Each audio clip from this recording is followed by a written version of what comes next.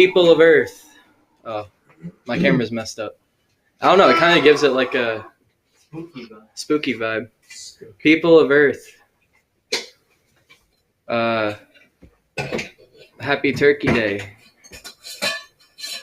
people. Happy Turkey Day. Today we have Rachel and Q. Hi. Hey there. And we got Dingo. Yeah, I'm a little dark over here, but yeah. I'll fix that in a second.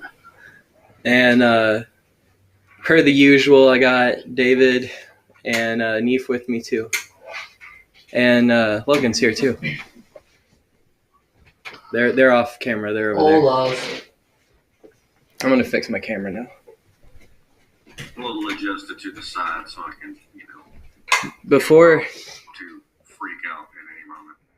Before everyone popped in, we were talking about the government using weather as a weapon.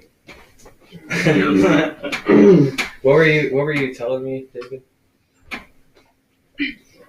Well, there's this conspiracy that the government is putting chemicals in like plane fuel and things like that, where it releases that into the atmosphere to where they can accurately or slightly accurately predict and control the weather, pretty much. And then, are you referring to the HARP system?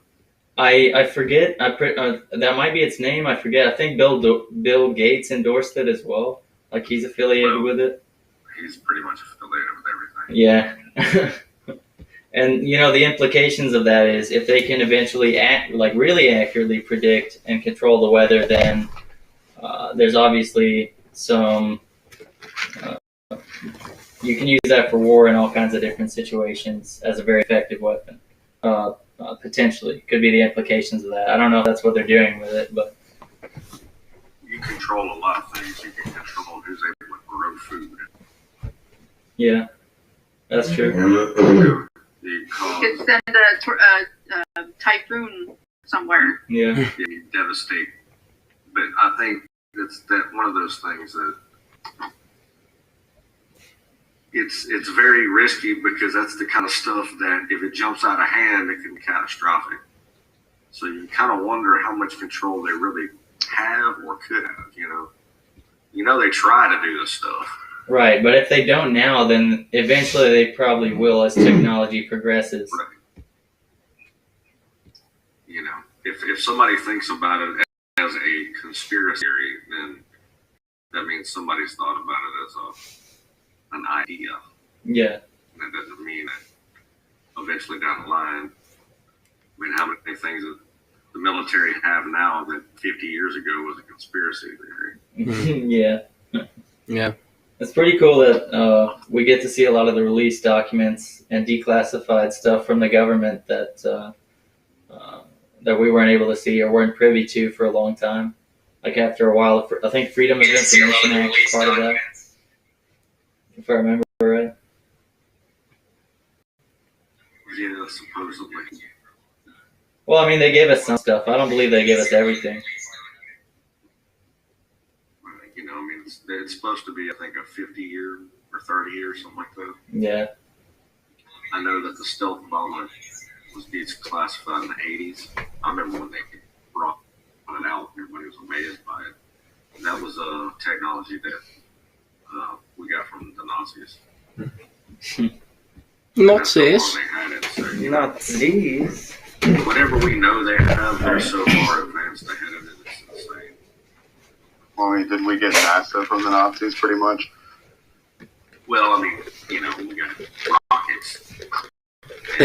The Nazis basically invented space. Von Braun was. Well, in not necessarily the Nazis, the scientists that were German and living in Germany. Well, true. So, and then they pretty much got snatched and brought over here and had the choice of being a war criminal or a, work for us. Yeah. Build a bomb. Right. Yeah, I believe it was 1938 when the Nazis invented space. invented space. Yeah, it didn't exist before that. Oh, that's right. And then color was invented in like the 60s, right? Yeah, back in my day when we saw everything in black and white, man. Those were the days. The Nazis also came up with a lot of current medicine that we use today. I think penicillin also, if I remember correctly. Unfortunately, they did that by... Speed. Actually, no, the Japanese came up with speed, I think, and Oh, yeah. were using it first. Okay. They came up with a lot of that, like they were thrust so much quicker into the medical field and other areas of technology so much faster than other people were, because they were willing to take, no holds barred. They did some risky stuff. People could human test Yeah. on medication rather than having to run it through, I mean, you think the FDA is bad about letting shit through shit. Yeah. Well, I mean, they kind of like forced it upon people, though. Right, You know, like Yeah, It's yeah. like, here, try this. We're gonna see what happens. Yeah, I mean it's a or we could cruel. just kill you. You know, like, Yeah. Don't worry if it's a bad side effect and starts to slowly kill you. We'll go ahead and kill you. But Here's a interesting philosophical idea. It's like I've thought about this before. I don't really know fully how I feel about the implications of this. I'm leaning towards probably it would be wrong to do. But if you set up a system where you could have volunteers come in and take medication at an earlier rate before it came out, like medication specifically that would be very life-saving to someone, say, that could have cancer or something, and they're trying to get it through as fast as they can, and going through the animal testing and other various methods of testing, like going straight to human testing, could potentially be more ethical, and that you could save more lives that way if you're having volunteers come in and you're compensating them accordingly, and they know the risks. well, you also got to think about that is, who are we to say that we're above an animal? I'm kind of like, hey, if we're not using the meds for the animals, why are we testing on them? Mm-hmm. If you're bold enough about a med, do what the dudes back in the day did and bang that shit yourself. Check what I invented. All right, boot it up. We're gonna watch what happens. Yeah. Like the guy who invented LSD. What's his name? Right. Well, there's also the idea that I think, and I'm not sure, I'm not real savvy up on the laws. I haven't looked down that path too much, but I can't remember what it's called. It's like the right. It's a certain choice, or it's like the right to take the risk, or some kind of shit where people argue about, saying, hey, I will go ahead and risk my life to test this drug because, my loved one could be saved by it. And I don't give a shit, it's my choice to do that. And then like the law keeps you from doing that. And that kind of goes back to the my body, my choice thing. It's like, well, You sign a waiver when you're medical testing, volunteer. Right. You sign a and waiver. I think, I know as far as that goes, that's that side of it. But I mean, as far as like, there's people that have gone and said, well, there's experimental drugs, but we can't use them because of the FDA. And then there's people that say, I will go ahead and test that. I will sign whatever I need to sign to say if it kills me, it kills me. But legally, they won't let them do it. Mm. Legally, you're not, apparently, I don't know, I could be wrong, they might have changed that or whatever, but apparently you're not allowed to, it's got to be tested so far before they can even let a human test it. Even if the human themselves, even if I were to say, I don't give a shit, I'll test it. It's my choice. It's unethical to let a desperate, dying person make their own choices for something like that. It's like saying... I'm not talking about dying people. I'm talking about healthy people that are saying, I will go ahead and do it. Like, a lot of times it's like somebody has a loved one that's suffering from something, and they can't get that treatment because it's not tested, and that person is saying, I'll go ahead and test it. I'll sign myself up right now to test it to see If that volunteer doesn't have that condition, that's pointless. I don't know. That's what I'm saying. I don't know I don't know the in particulars around it, but I know there's a term and there's a legality behind that because it's I've seen it brought up, but I haven't really looked that deep into specifics, but I know it's a lot, and there's a specific term, and it's like choice of, I can't remember it. I don't think it's expert. It's a term, some legal term they have for it. And it's a battle that's been going on where people are, and it kind of goes back to drug use. It kind of goes back to all of it. It's like, if somebody has the choice to, if we're allowing people, if we're going to go ahead and allow people to make the choice to take illicit substances or things that they deem illicit, then Yeah, they take it at their own risk. it's kind of right.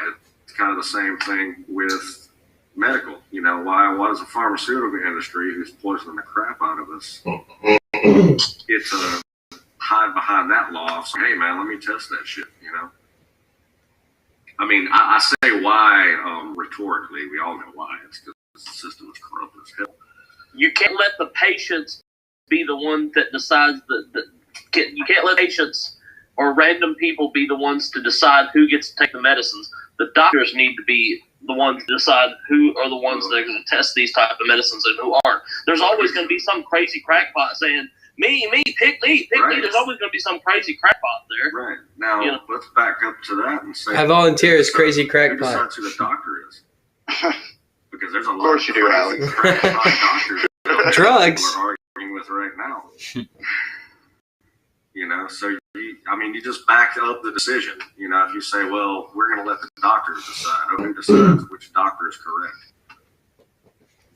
Because there's doctors arguing left and right now, and there's a whole, there's doctors that come out and say 3 words right now, and they're considered complete crackpots, whether or not they've studied it. Mm-hmm. The top schools, whether or not they've been respected all their lives, they're getting shunned because they believe something different right now. I think you mean that they go through a list of people who qualify to be on the trial, not just people with no random. Right. Now, who decides who those people are? I mean, that's what I'm saying. It just keeps backing up. They volunteer. Human trials are volunteers. They're all volunteers. I'm talking about the doctors who decide what medications are to be given. They're experts in their fields. I mean, they're trained Right. professional experts that have proven themselves to their peers. Right. And we have doctors right now that are trained professionals that have been respected for years that are being shut down and shot down because their opinion isn't of the mainstream. That's what I'm saying. There's doctors that argue.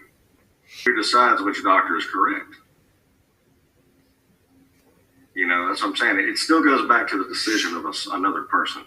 It's like the board of directors or something. Right. And then That's something that becomes hotly debated. Right. It goes up to the FDA. And you know who works on the FDA? The same people had the American dairy and American meat and all the different associations. For I want to make sure they get a cut. Exactly. That's why our food triangle has changed over the years. You look at the food triangle through the years, it changes. Well, we have better knowledge and data about nutrition. That's why it's changed. We're told we do. We're told by those people, but those people are also the ones that are making the profit off of what we purchase. I mean, the food triangle was made 70 years ago. 70 years ago, It's we were giving people lobotomies with ice picks. Mhm. I mean, you can't put the same kind of knowledge 70 Actually, years ago. later. Can we go back to that? Actually, can we just What's that? lobotomies with ice pick? I think. Oh, you want more detail? No, I'm saying we could go back to that Lighten things up system. a little bit It and might- talk about okay. these with ice picks. Yeah. EST. I'm just saying that might help right now. Some more of that. Oh, yeah. Go back to lobotomies. Yeah. Are you the one that gets to decide who gets them? Yeah. I'll Well, delegate if you who wanna gets talk the about, the lobotomies. medical field changing throughout the years, the mental health field, holy shit, man! It's appalling what used to be done in the mental health field way back in the day. It's appalling. It's really, really, really fucked up. Yeah. I think Q and Neef, you're both making good points. Obviously, we know a lot more about health than we did before. And also, it's what we're told is not always in our best interest. I mean, just a lot of situations, like pretty much every time there's an incentive to not tell people what's good for them. Like if they have some other incentive, like money or power, like some people exploit that. Like both of those things are true. We know more about medicine and food that we did 70 years ago. And also there are bad agents inside every system of government, you know? It's always that one looking Bad for agents. Yeah. I think, particularly in ours, and actually most of them, it's beyond bad agents. I think it's virtually, inherently corrupt system through and through. Oh, yeah. I think that anybody that walks into the system, as a politician, to attempt to make change, even for the best, is literally putting themselves in the position where they have to corrupt themselves or they're pushed right out. You know? I'm sure a lot of places are like, a lot of systems of power are like that. You hear about these people associated with Epstein and like the child trafficking stuff. It's like they'd like record them doing awful shit and then blackmail them with it. So now they all have like equivalent dirt on each other. So no one breaks this pact, you know? It's probably, that's like an extreme example. That's how they got Hillary Clinton. All the emails. I'm serious. That's for real. Wait, hold Just on. exploded. Yeah, what happened with the outcome of her trial? I don't even know. I don't even know if they took her to trial. I think it was just something that they like flashed as a threat, and she was like, "Yeah." No, it went on. It went on the past few months, and nobody knew about it because we were too busy looking at everything else. But probably nothing, because politicians don't usually go to jail. Yeah, I highly doubt it. I mean, You know, as much as I think all of them will be locked away. They're not doing it. she also released the information of how quick one of our nukes can get to its target. She's like, "Oh, we can launch it within 7 minutes or whatever," which is top secret information, which is like disclosing to other countries. Why would she have that information? She was the Secretary of Defense Yeah, I for was a while. gonna say. The main thing it has more to do with, they throw a lot of craziness around it, but the bottom line is she had a server unit in her home that had classified data on it, and it was accessible, which is in the military, which is pretty much what the federal government runs, and people don't really realize that's what all that is, and all those positions. That's treason. If it's high neglect nonetheless. I mean, it's instant court-martialing, but if it's considered to be, if they have any inkling that you were selling information or you intend to do that, it's instant treason. Well, Are we still talking about that swell lady? No, I'm talking about Hillary. How do we get With the on? whole emails. That'd be like disclosing the president's fault, like the location. so it's either at the best scenario is that it's seriously neglectful, and it's but because she's too high up, then nothing's gonna happen. And on the other end of it, it's malicious, like she's doing something bad with that. But I mean, on one end it's incompetent, on the other end it's worse. Espionage. Yeah. I mean, it's what that is. Militarily, that's what people tend to forget, that when you get up into that, you're talking about military. The Federant is, what he's only supposed to do is be able to be the head of the military. That's first and foremost what he is. Commander in chief. All of them, since I've been alive, have slowly given themselves more power.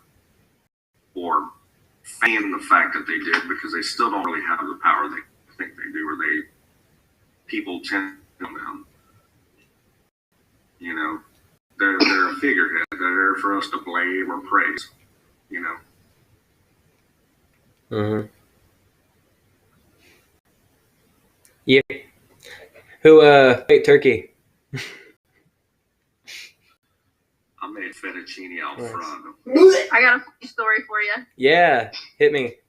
Fun All right. story. Don't say Alfredo. Well, I had a dream last night that I was, Q and I were in this house with these unrelated members, and they were cutting up the chicken, right, or the turkey, and it was still breathing. Like, it was just, you know, the torso and shit, but it was still breathing. Nice. And its heart was beating, but there was no heart, and the blood that was being pumped started turning black. All right, so today in real life, my mom's preparing this turkey breast. We didn't get a whole turkey because it's just the three of us. And she was cleaning it out, and she said, they left a piece of the lung in there, like it wasn't like trimmed properly. And we were inspecting it, and it had like gray veins, and that shit started to get rotten. It was stinky, but like not all the way stinky. But we couldn't eat it. We couldn't eat the turkey. We threw it out. It was fucking rotten, and I dreamt about it last night. Holy shit. Hey, Nice. we were going to talk about dreams anyway. This is a good segue. This is totally my topic. Yeah. There was something we were going to talk about last time. We didn't have enough time. I think it had to do with dreams. Do you remember? Me? Yeah. Yeah, I was talking about my night terrors. It's not sleep paralysis. I've been to the doctor. But so since Q and I have been together 6 years, so he knows about my night terrors. But anyway, I would wake up every single night chasing demons off of him, and shadow people and blobs and weird arms, or like attacking him several times a night sometimes. And I would wake him up, and he can vouch, and he could be like, "What are you doing? What are you doing?" Shit, I wake up in the middle of the night and she is over me going, hey, they're going to get you. They're going to get you. Or something like that. That's comforting to wake up to. Him from some demons. But get this. Last summer, he had a sleep apnea test, and apparently he would stop breathing 40-some times an hour. So he was on the verge of death several times a night. Same. And I'm chasing these demons off of him in the real world. It's crazy. Oh, hell yeah.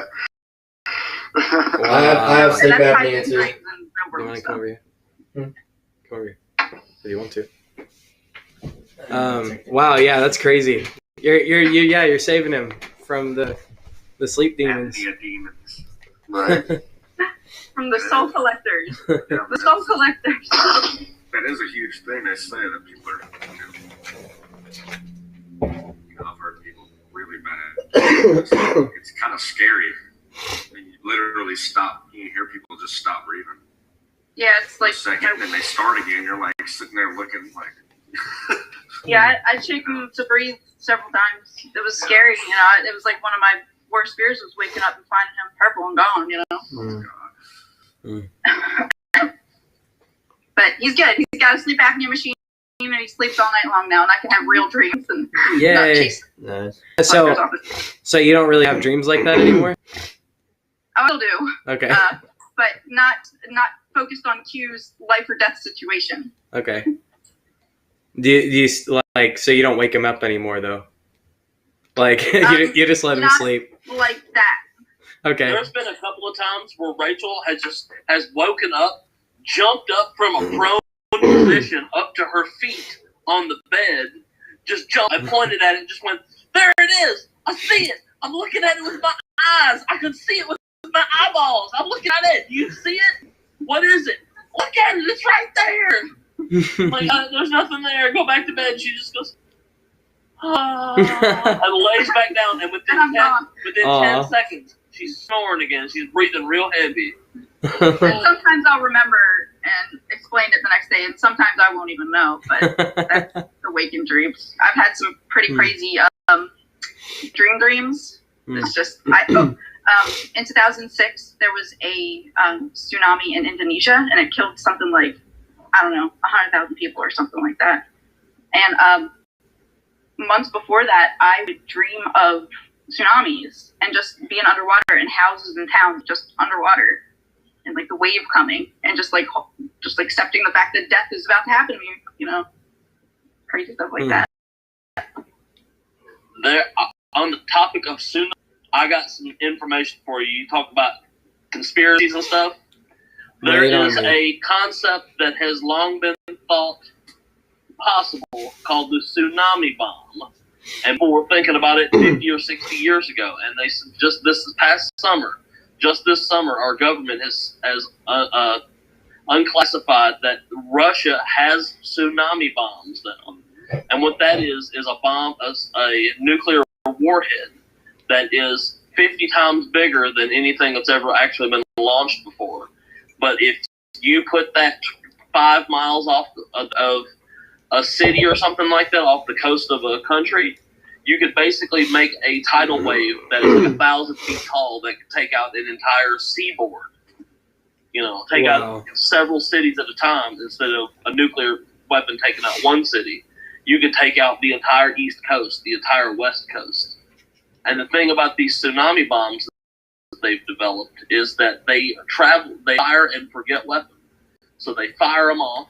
They travel underneath the ocean on the seafloor, going like 5 miles an hour for several months until they get to their target. So no radar can pick them up, no sonar can pick them up. They're basically undetectable. They're just creeping along like a damn fish. They're not big enough to set off sonar, and they are slow enough that they don't disturb the water. They're basically undetectable. There's nothing we can do about it. If anybody wanted to put something like that off the coast of a country, there's no defense against that. Wow. The only way they can do it has to whatever they're charging with. That's the thing is, I mean, if they're using something that's highly radioactive, which most atomic is considered to be that way, but people don't understand is a lot of times nowadays when they make reference to atomic or nuclear bomb, they're making more of a type reference because you got fuel air bombs that, like what happened over in what's the name with all that fertilizer that supposedly accidentally blew up. Yeah.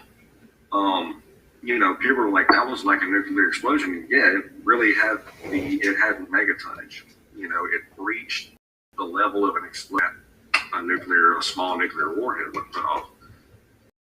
So that's the other thing about the ocean is if there's something that's undetectable, then it might not even be that devastating as far as a fallout thing, because that's what most people worry about.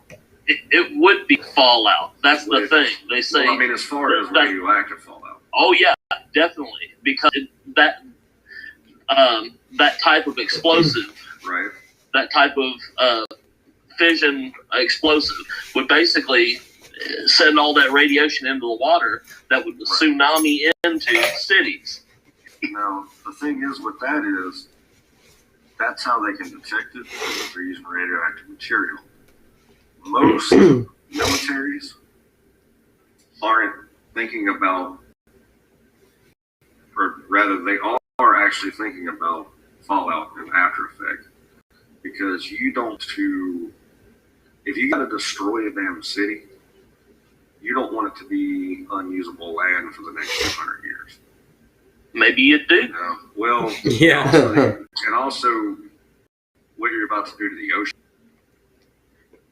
What if you don't share an ocean with your enemy? It's kind of hard not to, Exactly. It's one of those things where it's kind of hard not to share the ocean. So it's, that makes me more curious about what they're actually using, because we share the Pacific Ocean. They're not just everything about it. You know what I mean? We share the Pacific Ocean with Russia. If they fired a damn nuke off in the Atlantic Ocean, that really didn't affect them a whole lot at all. I mean, you're talking. If you're giving radioactive fallout, like a dirty detonation in the water, you're vaporizing massive amounts of water, and you're going to have radioactive fallout rain all over the place. Not just in that area. It's going to be crazy in that area, but it's going to travel.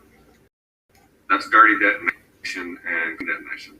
And that's what's understood. Anybody that even messes with nuclear weaponry. They know that, well, dirty detonation is what, like, the madman is, you know.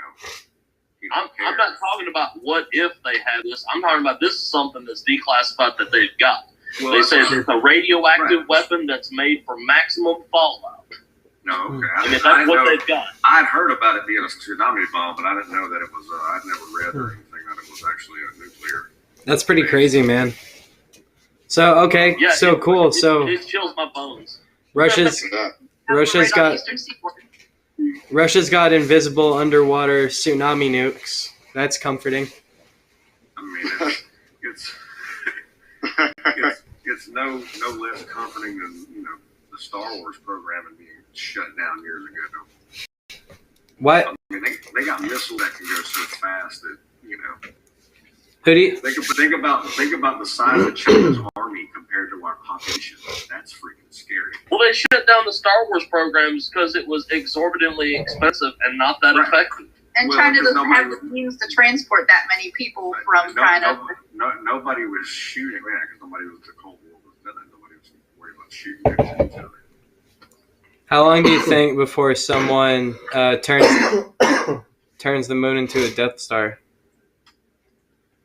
What if it already was a Death Star? Oh shit! What if it's hollow and that's the vehicle how humans got to Earth?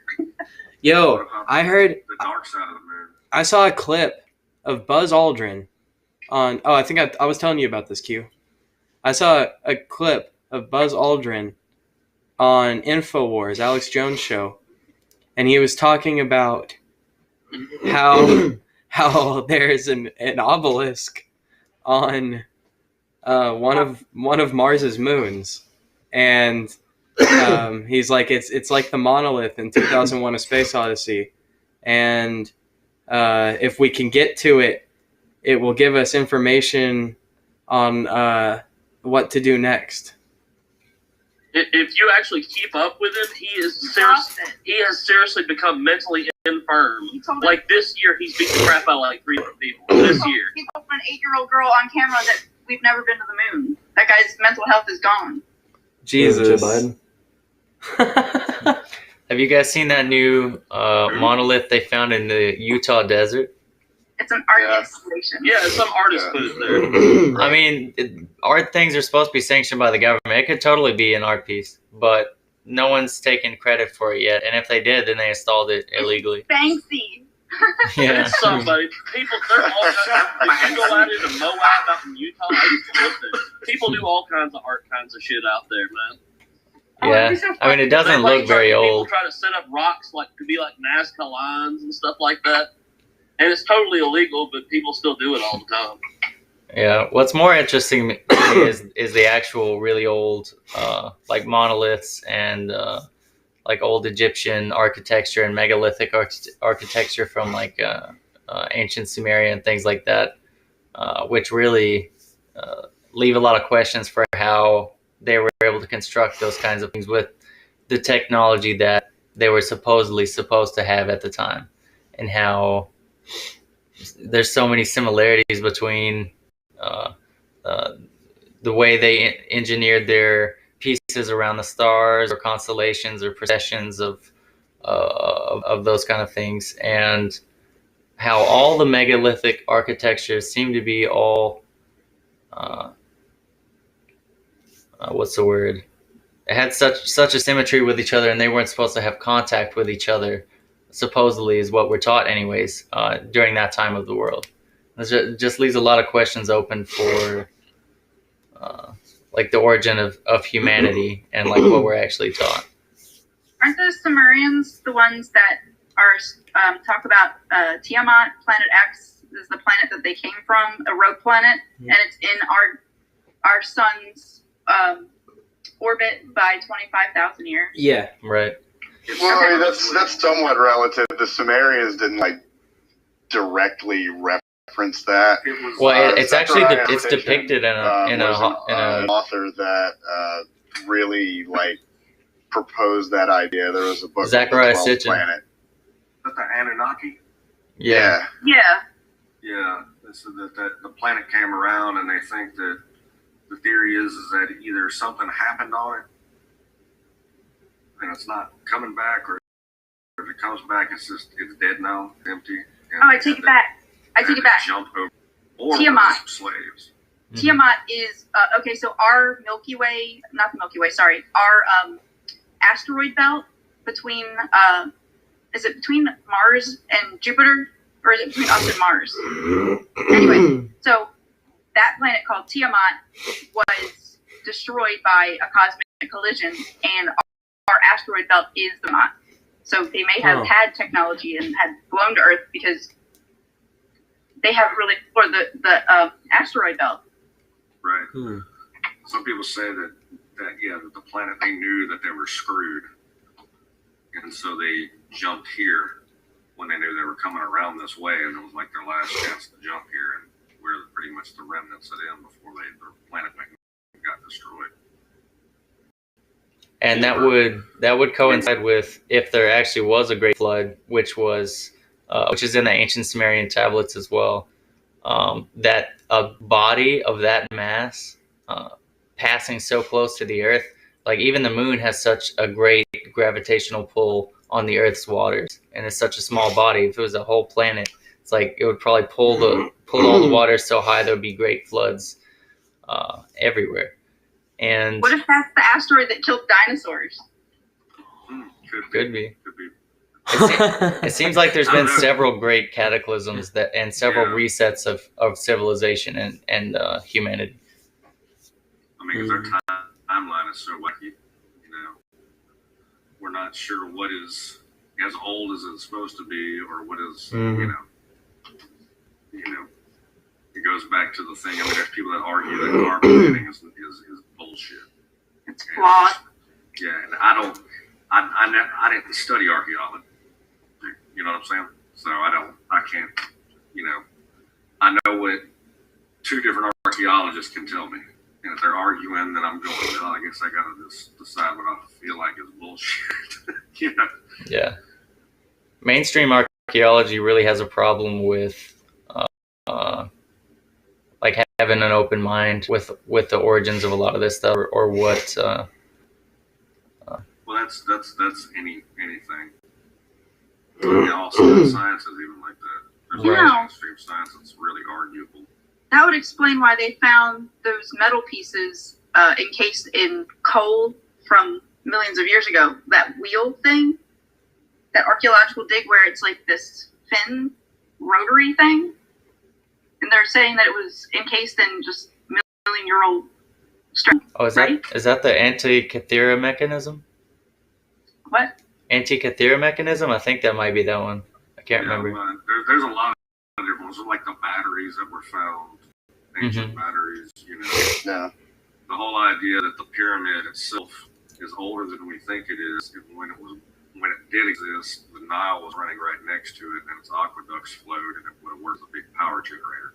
Right. It works really similar to how Tesla proposed his energy machine. Like it has underwater aqueducts that run underneath the pyramid, which will generate electricity. Acts as this pyramid in particular, it looks like a machine. If you really look at it, a comparison to other pyramids, it really doesn't look like a classical tomb, because if it's for a pharaoh or something, they like pimped it out for those days. They would write their names and stories about them and what they're going to do in their afterlife and all kinds of things all over the wall. There'd just be gold and all kinds of shit. But the Great Pyramid is barren. There's like no writing anywhere. There's just a little bit of inscription somewhere in the top from the workers that you can find. I forget exactly what it said, but it functions or looks more like a machine than it would a commemoration. Yeah, it looks more like a storage facility.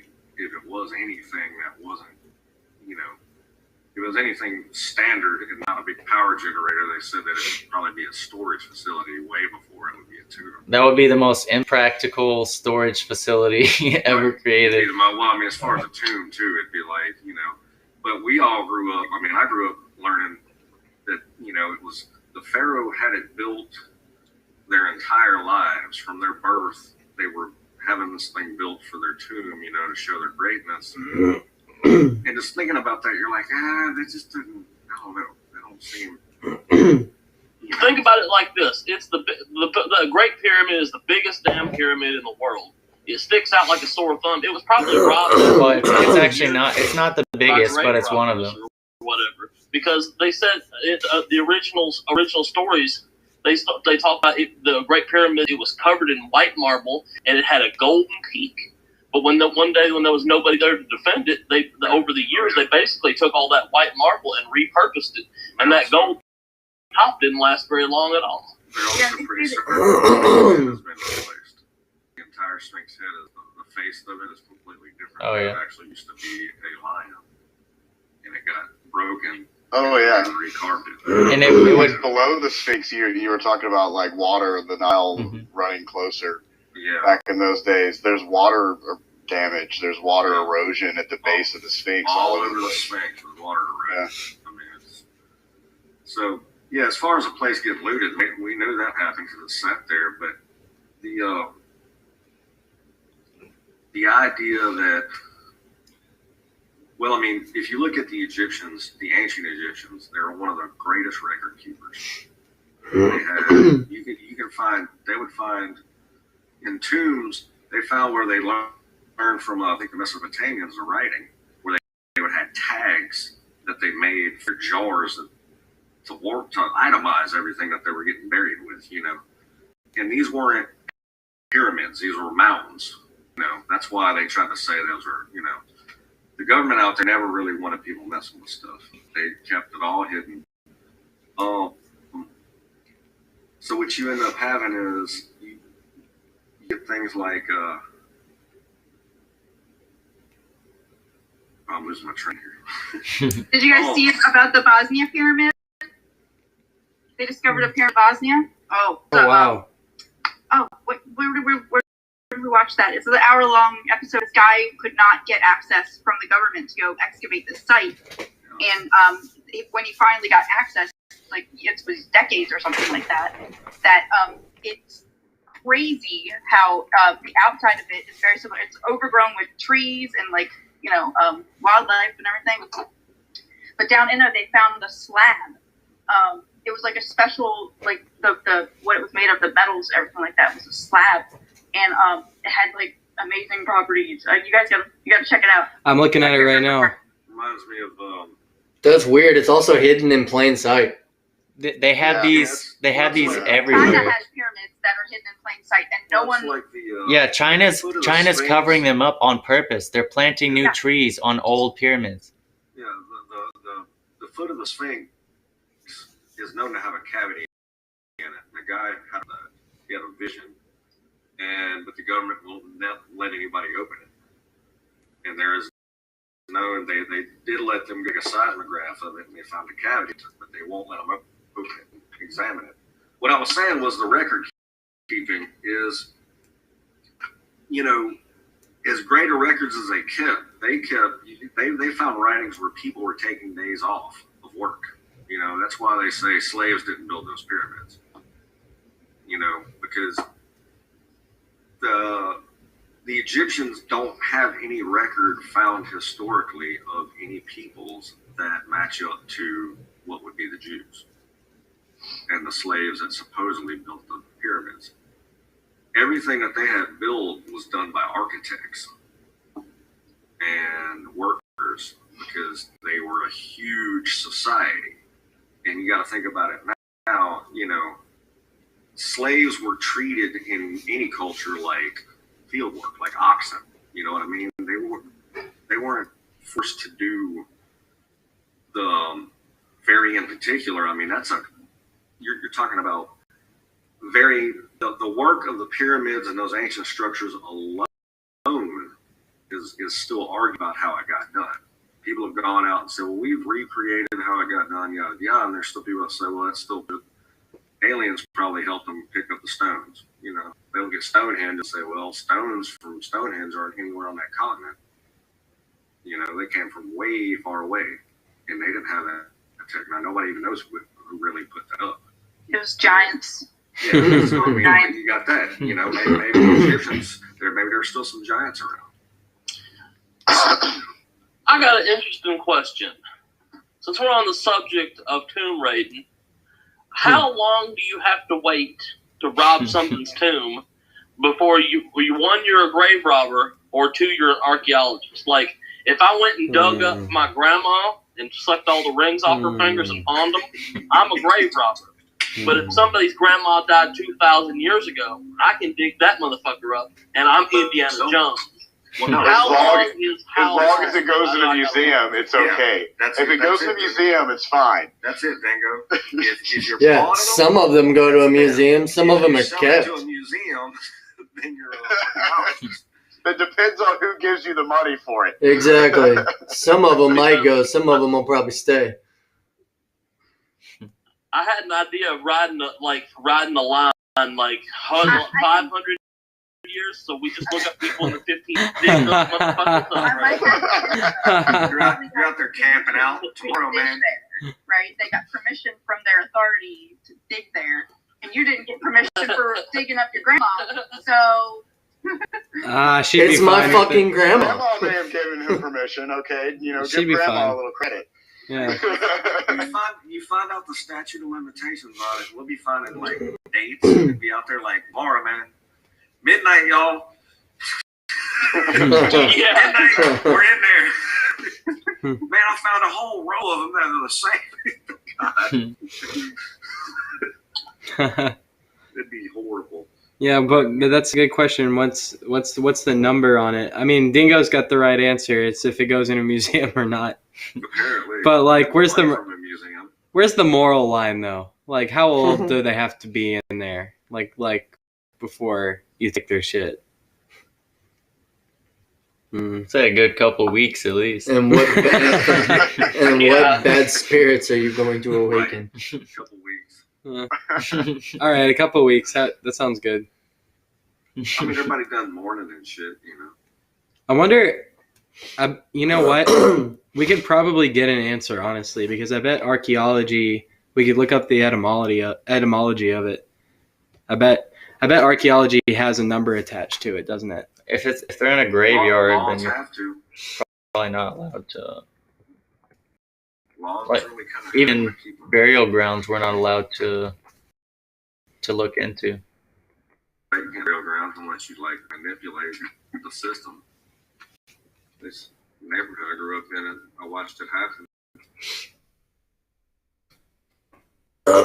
It comes from the Greek word archelos, means ancient. So, I wonder if does the word ancient have a real meaning? Does Well, it you have got a real classic, meaning? and you got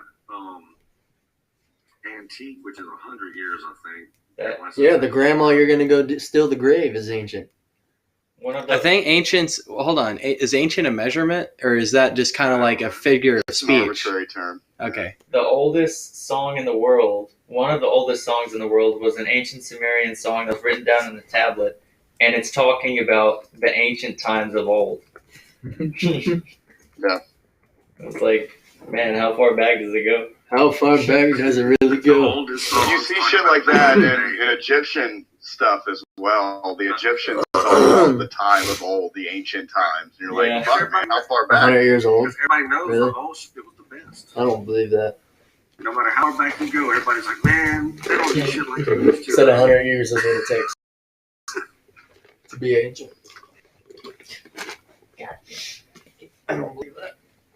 It depends on the item, I feel like.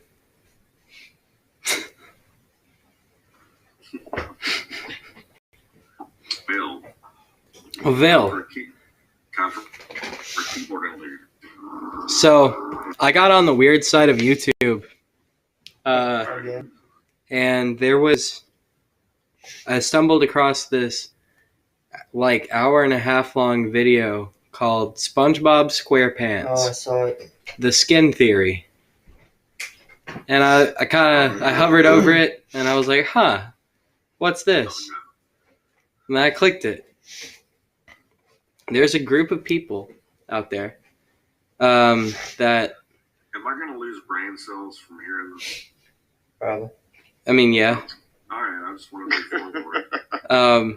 So basically this guy's like, all right, this is going to sound crazy, but just bear with me. And then he starts saying just a bunch of insane shit. And it was like, basically in SpongeBob SquarePants, there's a reoccurring thing where they like there's a reoccurring gag in SpongeBob where they'll like take off their heads and it'll be a smaller person underneath it, or like they'll have detachable arms that can like reattach, or they'll like grow new arms and stuff. There's like weird anatomy things in SpongeBob like that. And the guy's like, he showed a couple of clips of it, and then he's like, Can I ask how old was this guy? I didn't ask him. It was a YouTube video. I know. I mean, could you tell? Did he sound like he was a younger dude, older cat, old head? I'm just trying to get a frame of reference. I don't know. All right, whatever. More details. But he was talking about, Who produced? he showed a couple clips of it, and then he showed like 50 more where like people are like it's kind of like the Scooby-Doo gag where it's like they take off the mask and it's someone else underneath. It's that, but like with their body parts. Like it's like there's smaller people operating the people, and he shows like 50 clips of like weird shit like that, and then he's like, and I've looked into other cartoons, and he starts showing a bunch of like, he starts rattling off other cartoons, and he's like, none of them do this. I haven't found a single instance of like another example of this. Really? That's what I was talking about, because I'm thinking, the original greats back in Looney Tunes and all that shit. Most all cartoons I see, if it's a sight gag in a cartoon, it kind of rounds back to a lot of what like Jones was doing, and Freeling and all them cats, all them animators back in the day in the old cartoons. Well, there's a group of people that's fixated on this weird thing that happens in SpongeBob sometimes. And What are you implying that it means? Say what? What are you implying that it means? What is the premise of the YouTube video? I don't get. What is their theory? So I watched like 20 minutes of this hour and a half video because I was like, this is insane. So, but he said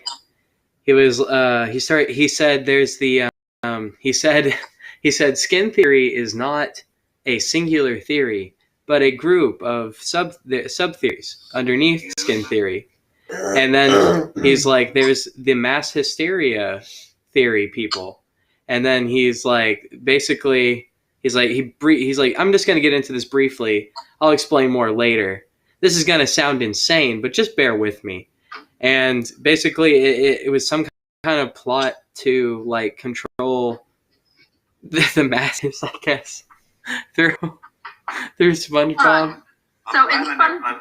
I'm glad I didn't get into SpongeBob that much. Maybe, I love SpongeBob. SpongeBob's the best, dude. SpongeBob. So you're telling me that I'm gonna try to get some vampire lighting going. Ooh, nice. Here, since I need another cigarette. Nice. Right. SpongeBob was like one of the best of those like kind of shows, I think. So I cannot fathom how you correlate mass hysteria with SpongeBob extra arms. I can. Arms underneath the little head. I'm lost. Yeah, I mean that's a weird stretch, right? That's why I was saying the video sounds like it was a loss of brain cells. There were a bunch of links to like Reddits and stuff, like 4chan shit underneath it. So it's like there's a community for it. It's not just this one guy. But I don't know what their fucking crazy thing is, but I can send you guys a link if you want to look at it yourself. Good. No, thanks. Anybody who's basing theories off of SpongeBob SquarePants, you need to not listen to whatever you can do to not listen to them. You need to not. The only theory about SpongeBob is it should have been an adult show. You should have continued to hover on by that thumbnail. Yeah, I mean, like when it comes to television, like, do you guys watch The Mandalorian? I've seen some of it. Yeah. Have you heard the new online bullshit about that? Where and not this past episode, but the one before. There's this big online thing. We're not caught up yet. Damn. It's not a spoiler. There was this big thing about boob armor, like fitting boobs inside of Mandalorian armor, and how it wasn't possible, and the armor wasn't shaped right for like boobs, and like There's this big, huge thing that my cousin was telling me about. And I'm like, why are people wasting their fucking time with this shit, man? Like, enjoy the show. Who gives a shit about, like, everybody's tits and gotta be a armor? critic. Like, what's wrong with you? Simply people get upset about different things. People have been talking about Hulk's dick for 50 years. Yeah, so they have. Hell yeah, they have. I don't think we've talked enough about how Hulk's sad dick. a life do you have to live that Is you Thor's can't hand enjoy really a that big? television show because you're thinking about the realism of tits fitting inside of armor? You guys, you are, so hold up. She's wearing a bodysuit underneath her armor. I don't understand what the issue is. They can't see her boobs. That's the issue. There's no cleavage. Maybe that's the issue. Yeah. They don't get to see their boobs on TV, which it's Disney. It's fucking Disney. Why would they do that? Right. They already have enough clout as it is.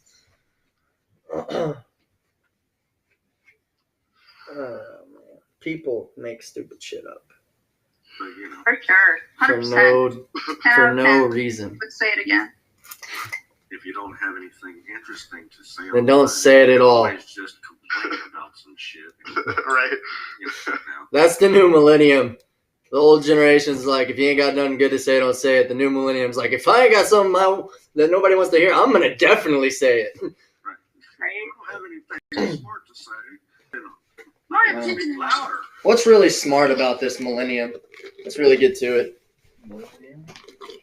What's really But smart hey, now about you this can go to millennium? Parler now, so it's okay because Parler is the new social media, right? No thanks. I think Parler's great that they talk about it being a Parler, P-A-R-L-E-R. They couldn't even get Parlor, P-A-R-L-O-R. Couldn't even Right. get the fucking word they're named after. Like, that's like if you were a dictator or something like that, like, and somebody took all the web addresses, and so you had to be Fidel Castro 1. Oh, damn. Yeah, I had to make sure that nobody thought that I was about to invite them to some other place. I put a notice up the other day to everybody. I'm going to send everybody an email because literally I'm sending everybody an email to say, if you want to keep in touch with me, email me. Otherwise, don't bother on the social media. That's all going to be ads. You're just gonna turn your account into a spam bot. Yep. I'm gonna go into my bio and put the standard I don't answer message and check FB. I only post ads to my website.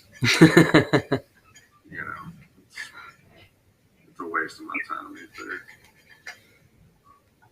there. I'm just here for the memes. Yeah. That's why I get on better Facebook. memes emailed to or like texted to me. I'll send you a. Shit, you know what I mean?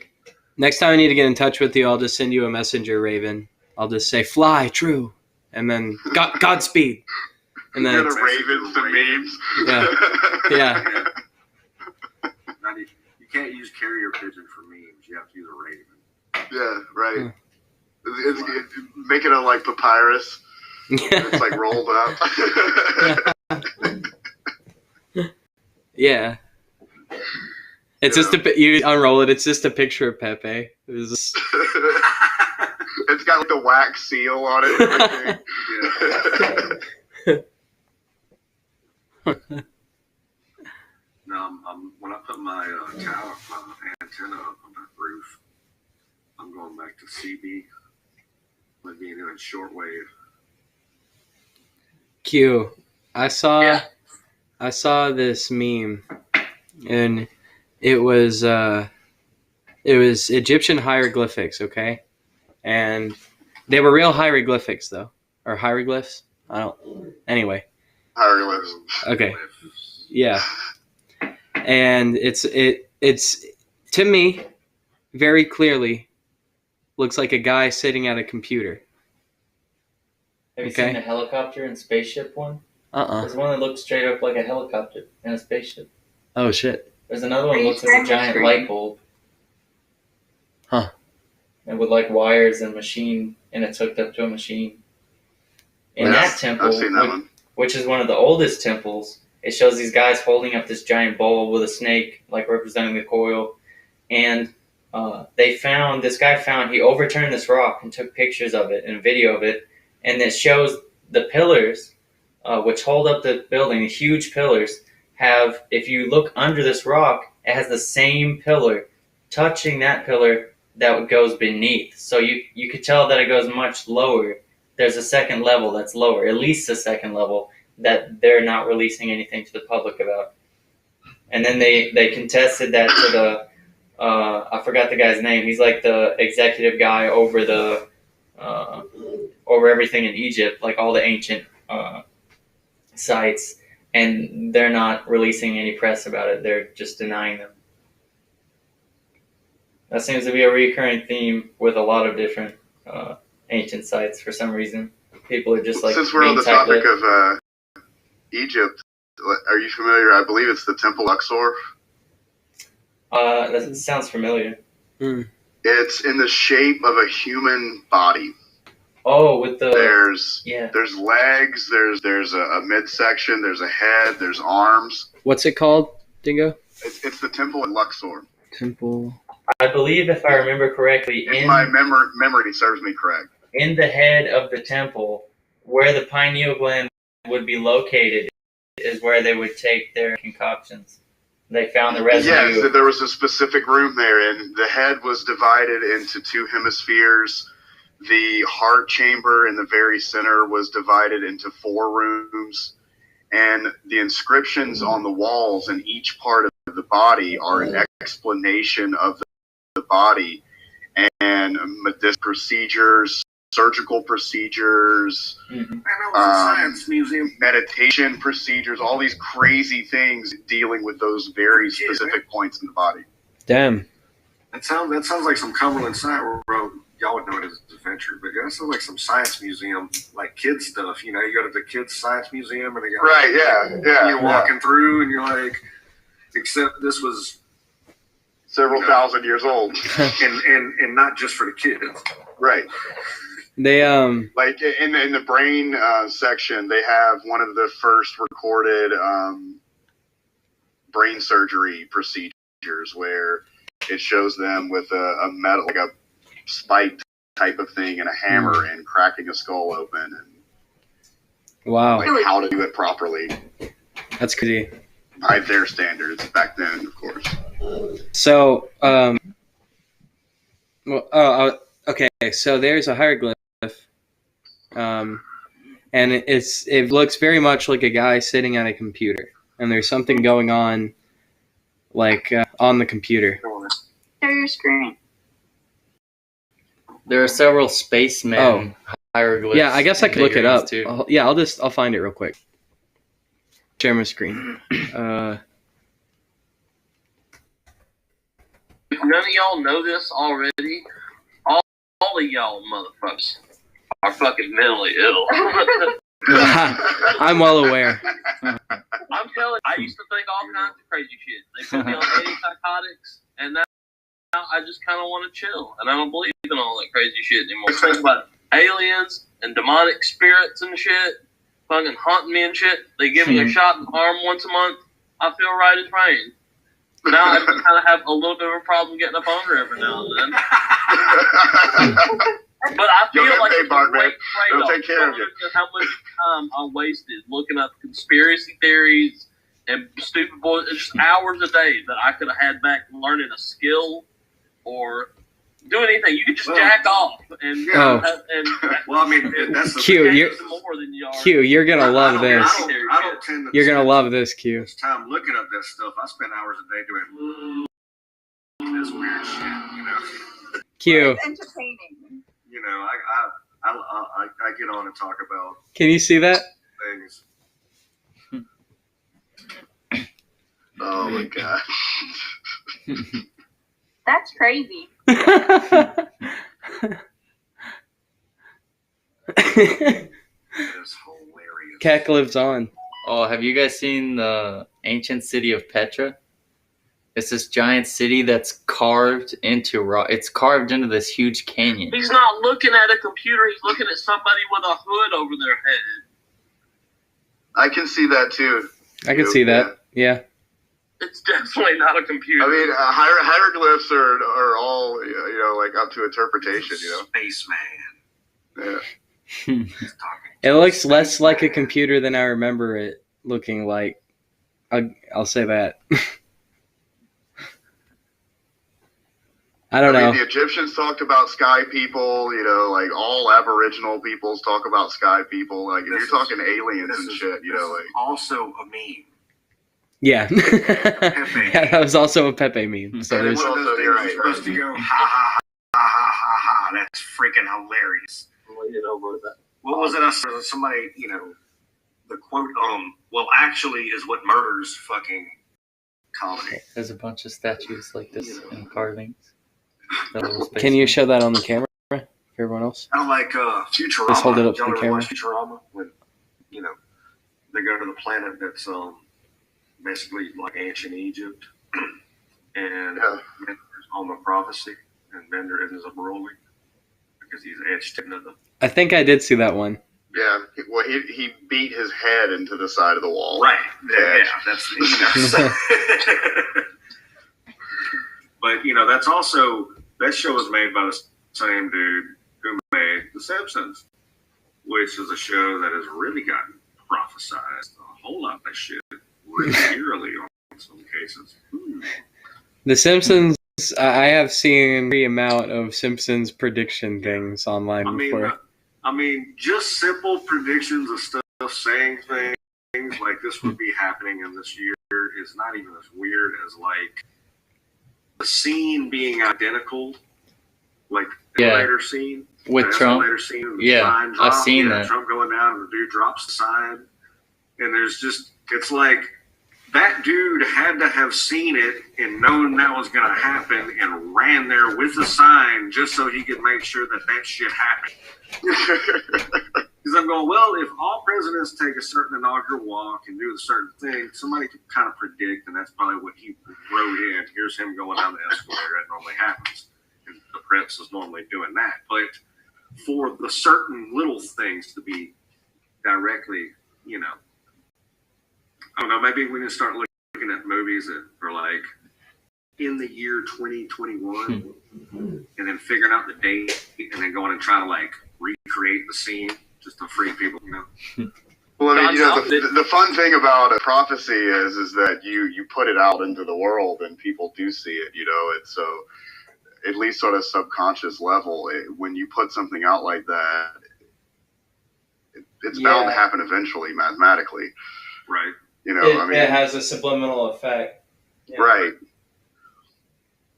Well, prophecies are all open to interpretation. It's kind of like it works a lot like gerrymandering. Like you can have a minority and still win the full race. Like if you can just get a couple things right, then it gives credence to all your other prophecies. So this guy was right about this. He was right about that. Right. He made 7,000 predictions. 2 of them are right. Well, how many more of them are going to be right? Right. And then you got the other side of it too, like the television psychics that were huge in the 90s and early 2000s and everything. Like they basically let people tell them things and then they repeated it back to them. They're like, "Yeah, oh, you're a prophet or whatever. Like you have the vision or whatever." But like the guy just told them that information or whatever. Like it's about. It's the power of suggestion. It's the trick, a charlatan's trick. Snake oil salesman. Figure out what your ailment is before I figure out what I need to sell you to cure it. And I mean and prophecy is that's the snake oil of religion. You know what I mean? Well, we know this is going to happen, or we know this happened, and this was supposed to happen, and this is supposed to happen too. Or that's not supposed to happen, so you shouldn't do that. I mean, it's, as I say, it's all about interpretation and how it's used or misused. But the whole thing with Gronin is it's not even a prophecy. It's these scenes that are literally identical, in a cartoon these identical scenes that were seen on TV 30 years later, you know, in real life. And that's what I'm saying. Like the sign drop, everything else in that is something that could be like, cool. But the fact that the dude drops the sign, and I think there's something else that happens too. I think it's right as he waves or he does something. There's some other little nuance that just really makes it like, damn, that's weird.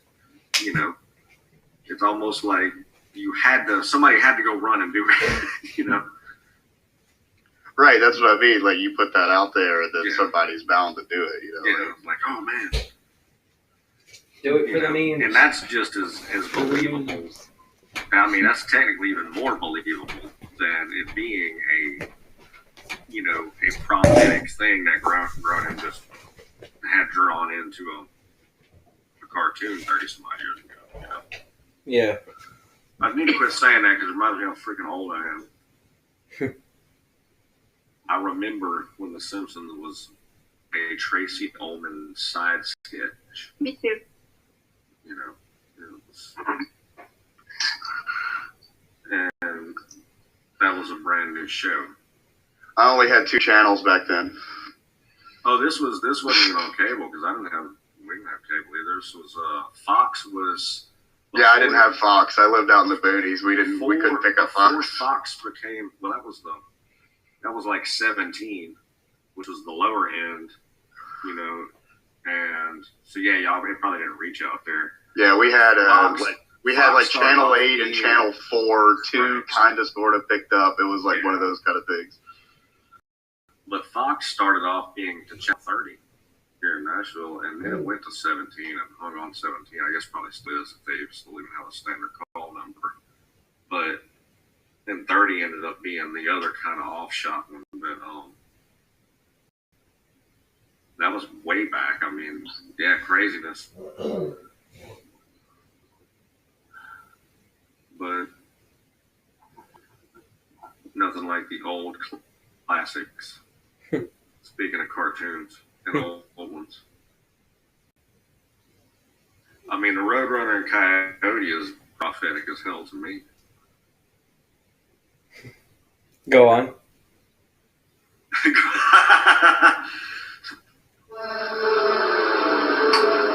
Well, if you order from the very front of the book, because it's the first name in the book, like Acme, you're going to keep getting the same results probably. Or, you know, if you there's a lot of lessons to be learned. The coyote just tried to be a coyote. Maybe he could have gotten a Roadrunner. But instead, he tried to do too many other things. Maybe it was a reflection of humanity. Man's running himself backwards trying with this technology, and really we just need deep philosophical musings from Chuck Jones, baby. I don't know how much of that is artist intent and how much of that is just stoned observation. It's like, well, I mean, all of those guys were stoned too. I mean, fair enough. That was back at the verge of shit being like quasi-legal and like shit that we will never see. We're too, even I'm too young to have even seen it because they quit making it, you know. The pharmaceuticals they got now are whack shit. I bet someone somewhere is making. But you're also talking about what? Just obscure random bullshit. I mean, you're also talking about cartoons that weren't for children. Though they were played in movie houses. You know, there was no TV to play a lot of those on. You know, it wasn't a thing. I saw them on television because they fortunately played them on Saturday morning cartoons. And a lot of what was modern to me then was garbage. You know, even as a kid, I was like, this ain't even as good as Bugs Bunny. You know, I really think that's where a lot of my love for the symphony came from. Is Looney Tunes and Tom and Jerry. I watched Blue Clues and Sesame Street Everybody watched Sesame Street. Yeah. And Reading Want Rainbow. to talk about some conspiratorial theories in a show? No, not Jim Henson.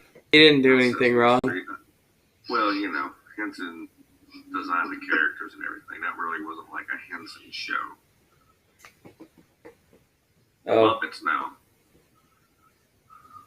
That's a whole different shebang. That was a great show. You have some great music talent on that. what kids shows did you guys watch, Rachel and Q? When I was real little, I watched Strawberry Shortcake, G.I. Joe, Rainbow Bright. Those are the ones that stuck. I didn't really get to watch cartoons until I was about 12 or 13 because I was in that boat where I lived out in the middle of nowhere, and we got channels 2 and 4. And on a good day, on a crisp, cool autumn day, the right humidity in the air, With the stars it was aligned. 30. Right. That was out of Nashville. And we got channel 3, but that was a static channel you used for Nintendo only. So I Right. liked the channel, until I was about 13. And when we got basic cable, we were able to get channel 17 and 58. And I thought I was a rich motherfucker right then. I tell you what, I thought I was living out on the hog. I didn't know about HBO and Cartoon Network and Nickelodeon. I didn't know anything about that until I was in high school. Oh, and the Smurfs. I love the Smurfs. That's got some heavy meanings in that one right there. Yeah, I had a fun experience with the Channel 3. I thought I was hot shit back in the day because I hooked up the television upstairs to the one downstairs so I could play video games on my television in my room, and it would show up on the downstairs television on Channel 3. That's awesome. Yeah.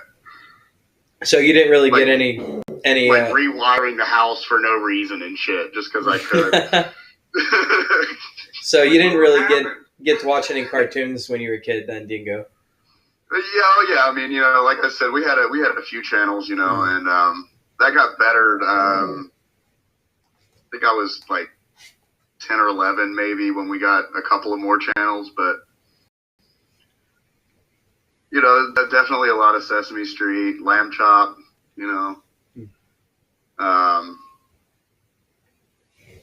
Those were definitely Reading Rainbow. That was some staples growing up.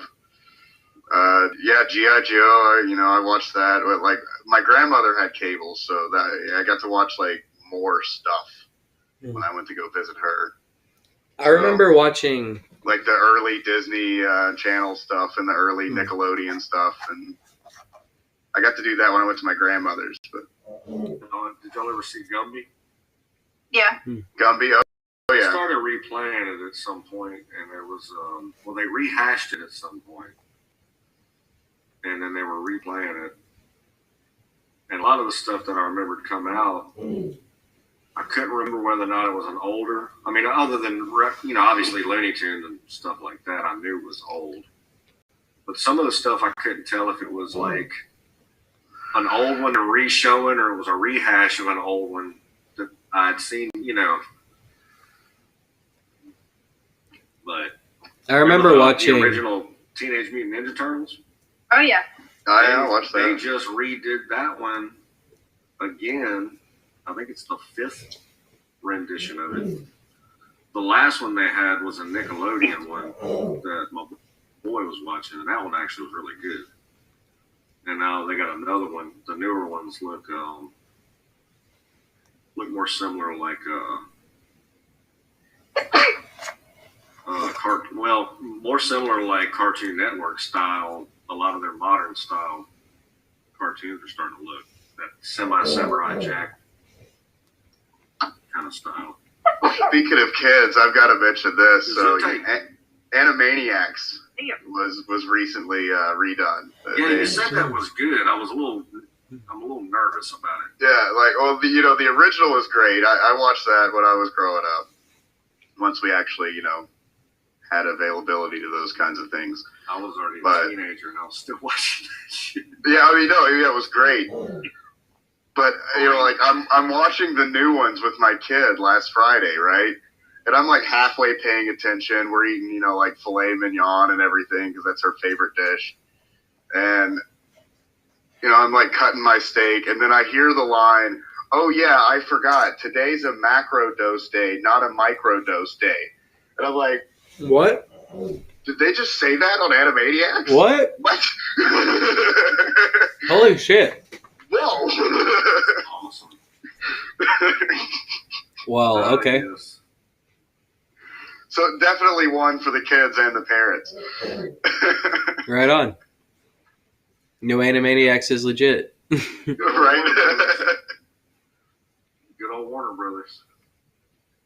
I remember watching like the same 2 or 3 VHS tapes over and over again and being totally fine with it. Like, I had Aristocats and Brave Little Toaster, and I watched those on repeat. Oh, and Pokemon 2000. I was very young. Willow was the VHS that I wore out as a kid. Willow. Yeah. Willow's a great fucking movie, dude. Yeah. Willow's the best. And Yellow Submarine, I wore that out as a kid too. Same. One of my faves. One of my first D&D characters I ever made was her name Roselle, and she was sorceress. Yep. Nice. There you go. Well, my daughter's name's Kaya. So, hey.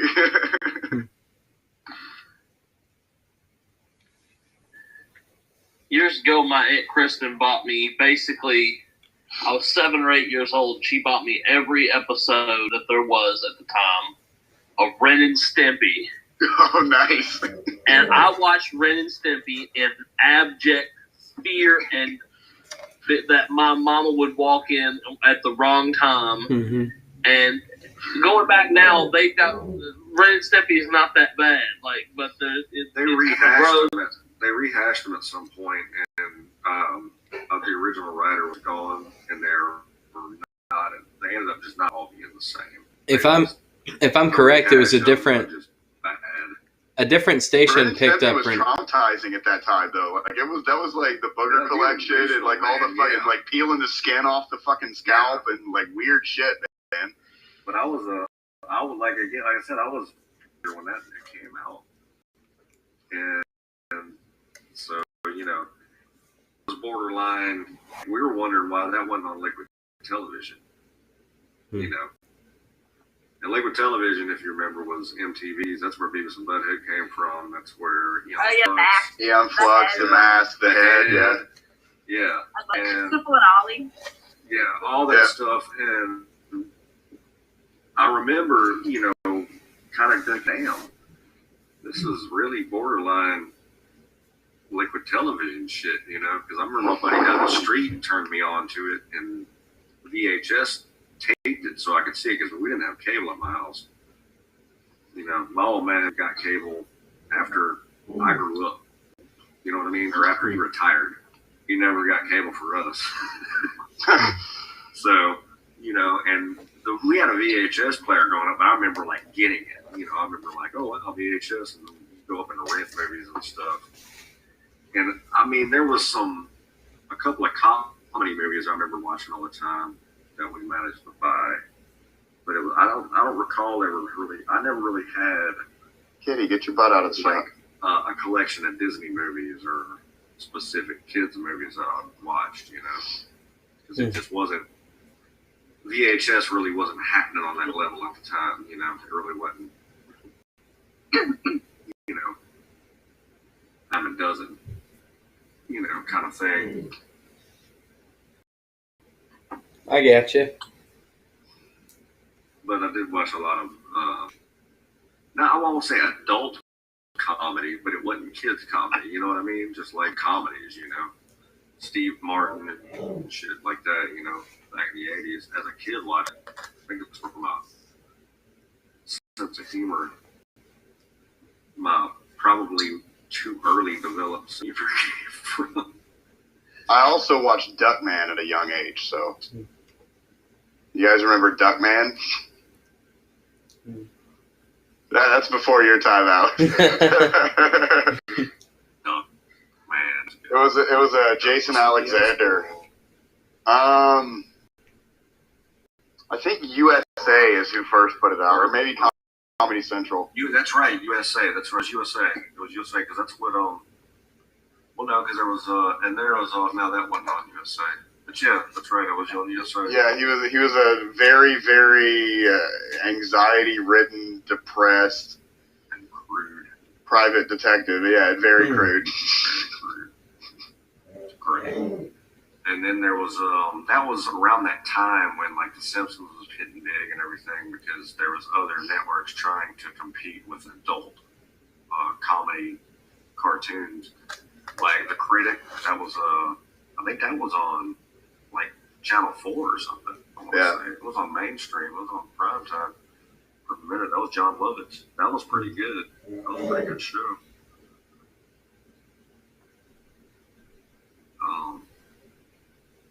Yeah. I love how we went from history to aliens to cartoons. Well, you know. we were Well, now- in a philosophy. Now we're going to talk about the history of alien cartoons. Alien cartoons. Yeah. Hold on, I need to change my backdrop. As far as all the cartoons I've ever seen, and I am kind of an expert in cartoons from the 90s, I'm telling you, there's only 2 cartoons worth watching, and that is the Mighty Max cartoon and Conan the Adventurer, and that is for their theme songs. The baddest songs that were ever played in all of the 90s were the Mighty Max theme song and Conan the Adventurer theme song. They hold up. I'm telling you, whenever I... X-Men cartoon. And the X-Men cartoon. Sorry, the X-Men cartoon. That was You know, I liked Batman. The Batman that came out in the 90s. the Batman was pretty good. Okay. The voice acting was second to none in that show. Well, But- yeah, that was when Hamill popped in. I was going to say it, Mark Hamill. That's also where Harley Quinn was written. The first X-Men cartoon, Those weren't bad. I didn't watch them when I was a kid, but they're all on Disney Plus, all right? And me and my roommate just sat down and started binge watching fucking the original X-Men cartoon. And holy shit. Like Wolverine has no chill. He is just an absolute madman, dude. Wolverine's an asshole. Dude, Cyclops says something. Not supposed to have any chill. In like the first fucking episode, Cyclops says something to him he doesn't like, and then Cyclops walks out of the room. Wolverine pulls his claws out, chops the top half of his car off. I made you a convertible. He's like, tell him I made it a convertible. Yeah. And I was like, Jesus Christ. Like thinking about this in the context of like not being a cartoon. Like this absolute madman.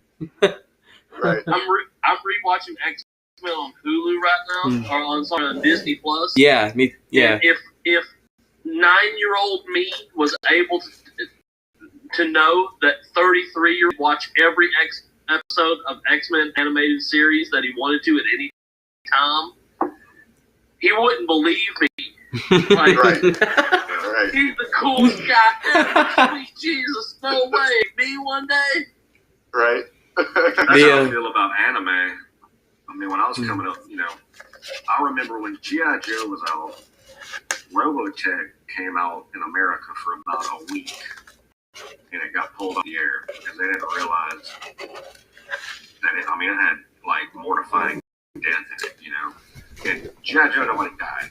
They finally put robots in the Cobra side so there could be people actually getting hit with the damn lasers, but nobody ever died, And Robots are people too. Yeah. Yeah. Yeah. Well, the anime that I managed to find, like Akira and stuff like the heavy duty titles as I became a teenager. If I went to a comic shop, I remember the Robotech series, the entire story of it. One of the comic shops had it on VHS, and it was probably 30 different, maybe 40 different VHSs. In each one of those, the price on it was probably $30 to $50. Yeah. It was insane, you know, and I was like, I remember having to get anime from either Suncoast or a comic book shop. And yeah, they were expensive as shit. Now you get on and find rip sites that just, I mean, I can watch stuff that I remember from back in the day, stuff I never got a chance to see from back in the day, new shit, entire seasons of stuff, you know.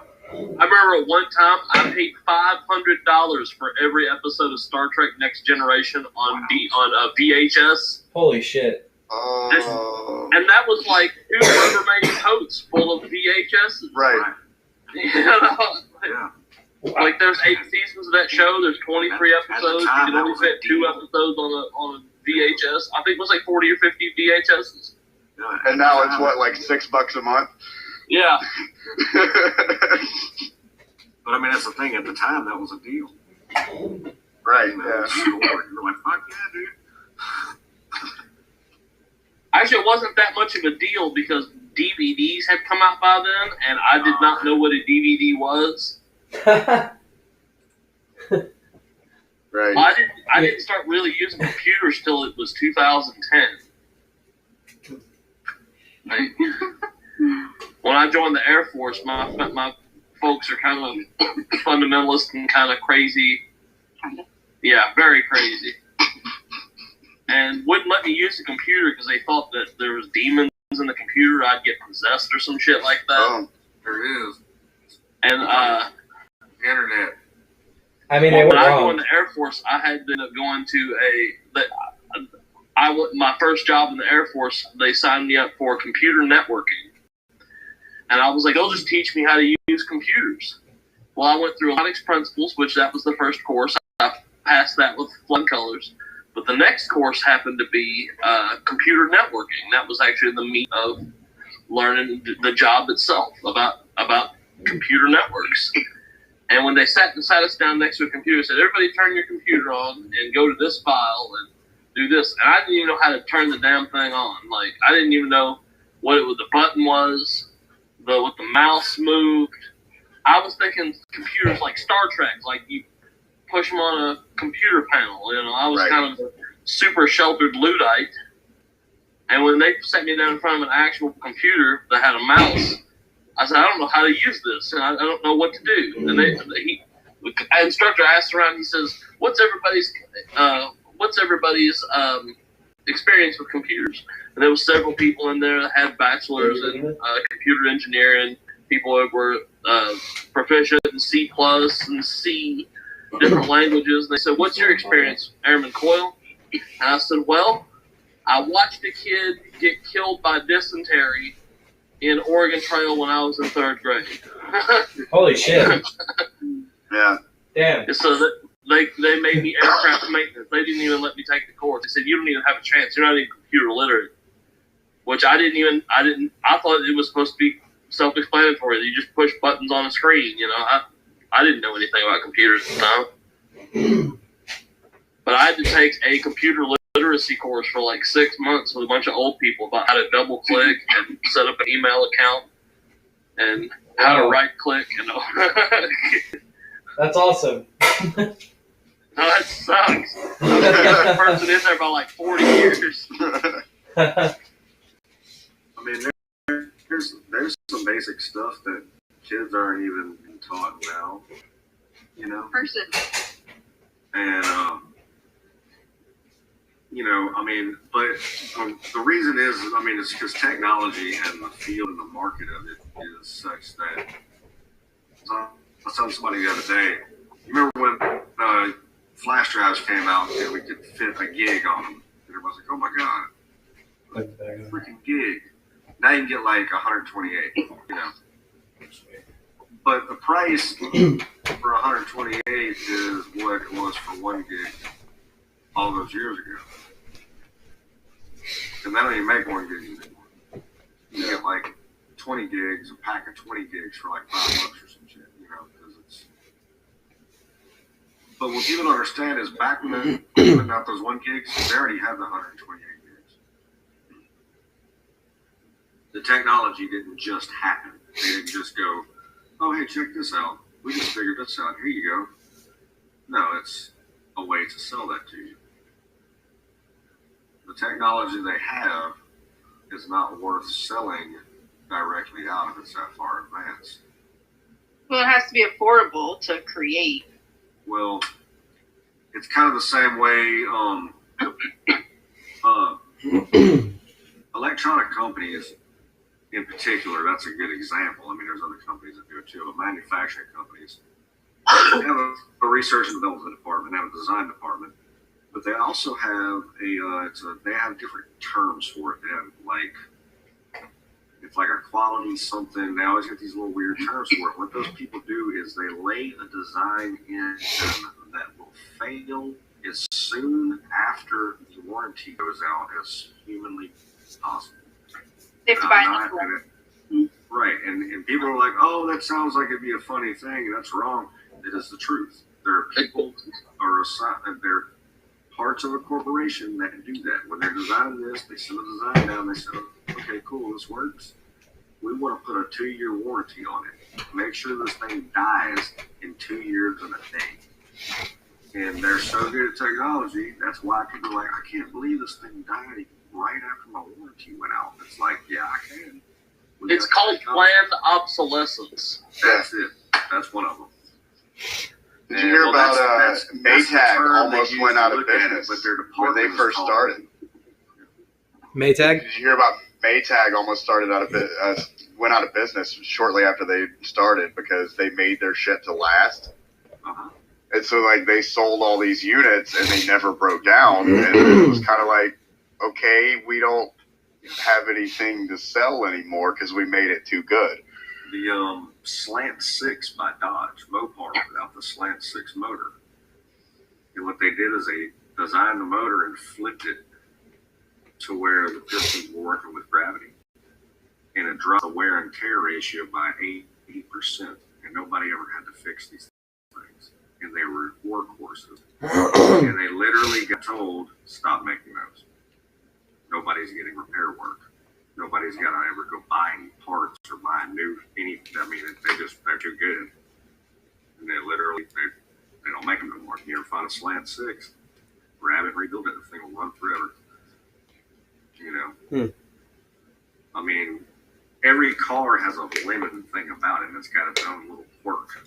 I've had cars that had motors that would not die, but there's just things that get changed every fucking year, you know?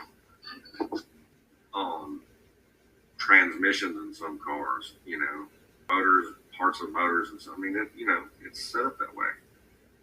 If it lasts forever, light bulbs, prime example. Light bulbs can be made to last forever. Especially these LED light bulbs with the best in them. The fact that those things freak out and don't work, that's plainly showing you it's planned obsolescence, because that's just planned breakage. Because LEDs can last a long, long time on the design rate. A vacuum bulb can last a really long, long time. It's, last right. But you won't make any money marketing off of that. And that's one of the big problems. Technology being marketed. And then but what holds that up is government regulation. Because not just anybody can put any product out. Well, guys, I think we're going to end up going to bed here in just a minute. I think we're going to wrap it up here, too. It was nice talking to you guys. Have a good night. Yeah. Bye. Take it easy. See y'all. Have a good night.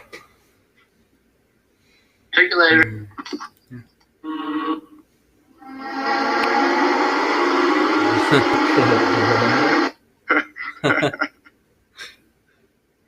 Spin further into the void.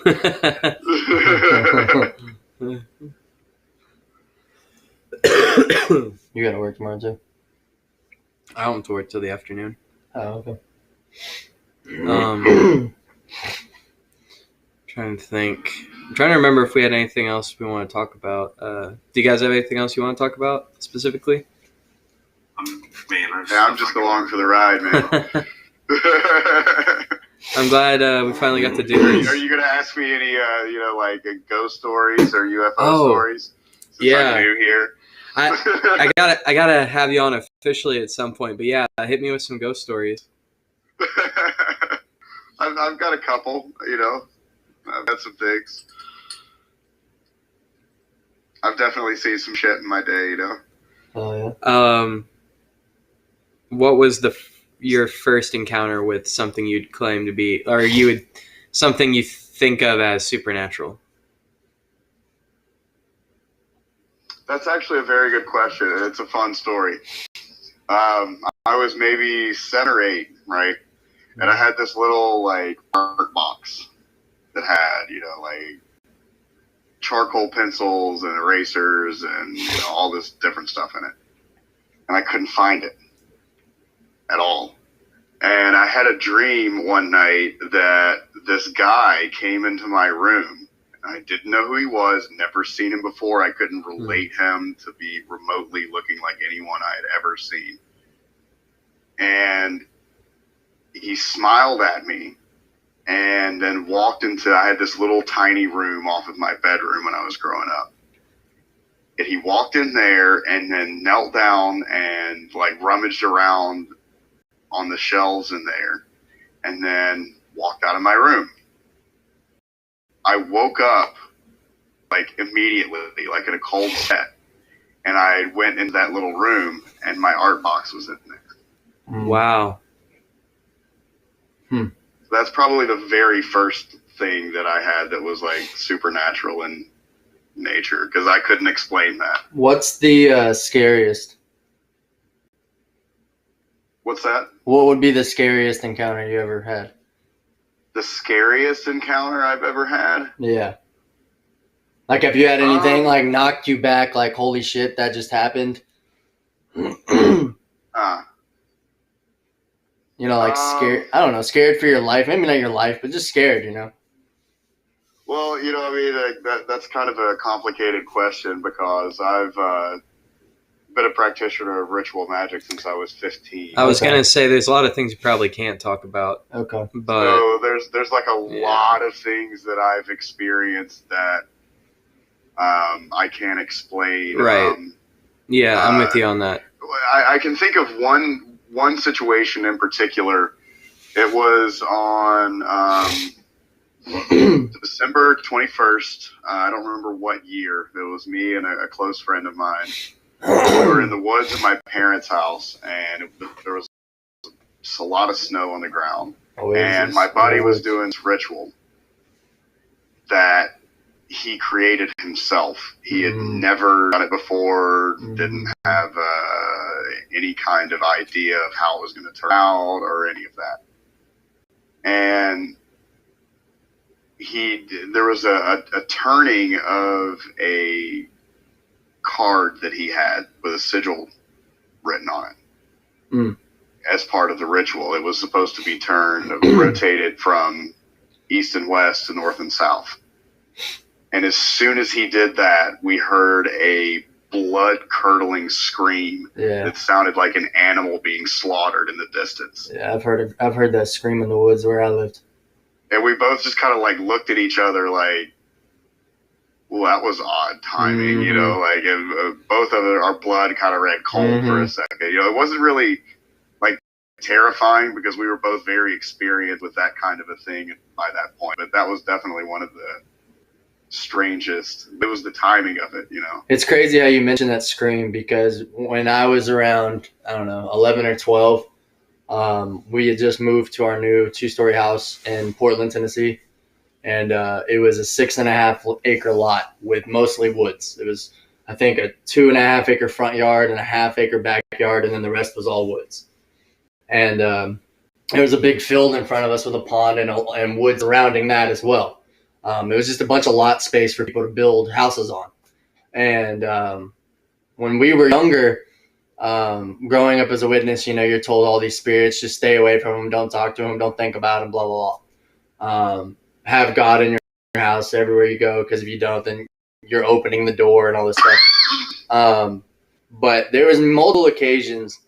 Funny enough, that's why I said it's funny that you say woods and that screaming, because when I was younger at that time, we went and we explored the woods all the time, nonstop. And we were just getting back from the woods one particular night, and it was about to storm really bad. And it was just getting gloomy, though, like where it was gloomy and nighttime. And it was turning night. It wasn't completely pitch black yet, but it was dark.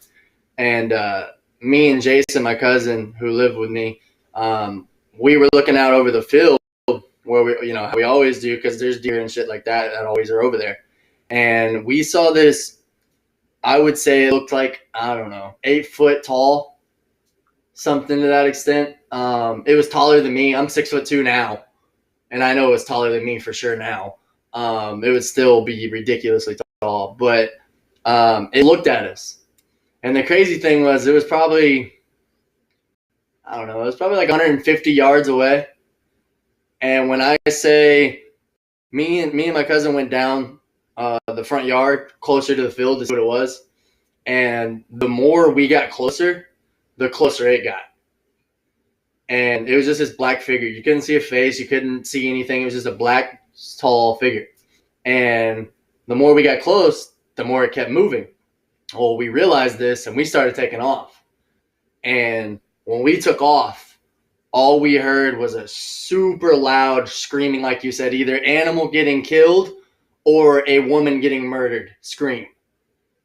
And it like you said, it made my blood go cold. It's a scary, it's way more than, a scream you hear in a scary movie.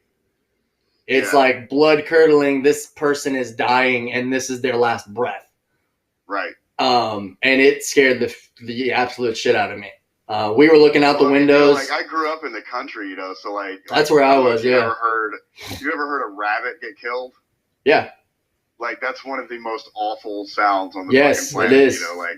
This wasn't like that. I've heard animals being killed by big cats or coyotes or whatever in the woods, but oh yeah, we saw a black panther. Yeah. Black panthers make the craziest noise. We got to see one of those. Those are insane. Yeah, like you say. Yeah, I know what rabbits sound like when they die, and it's not a fun sound to hear for your ears. Yeah, it's definitely not. But yeah, I think that was this cry was even more intense than that. Yeah, exactly. Yeah, for sure. It's scary because I don't know. I wanted to kind of dive into the realm of spirits. Maybe not practicing magic the extent you guys do, but I would like to get a little bit more knowledge about it and a little bit more experience. I have a recommendation for you if you really mean that. Yeah, like a book recommendation. Right. Cool. Yeah, because I've always been, magic in that term is a very broad.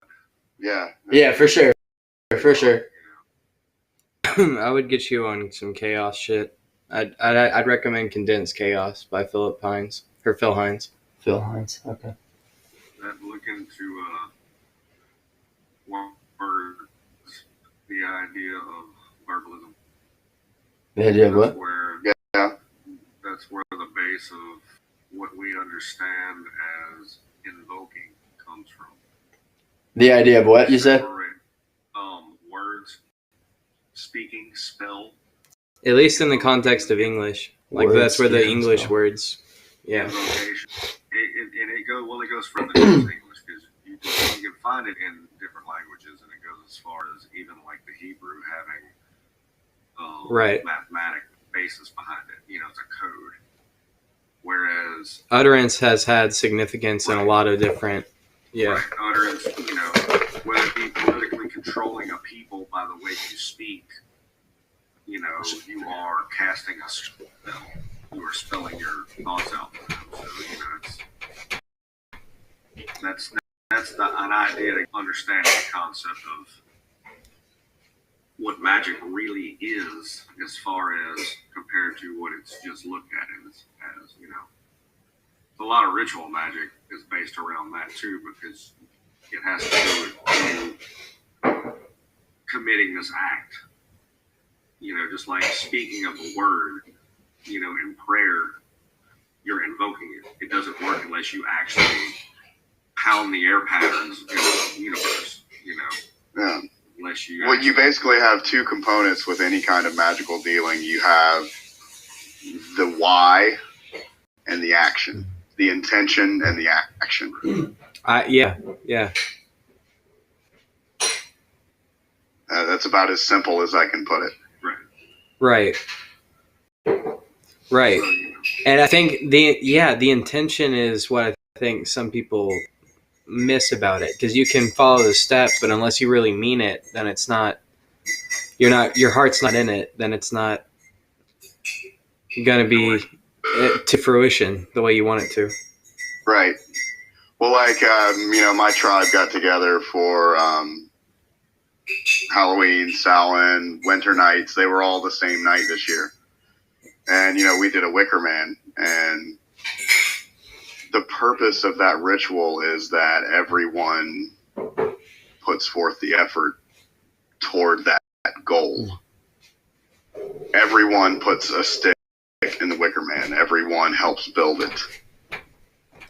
And then we had, for example, beef stew for the meal that night.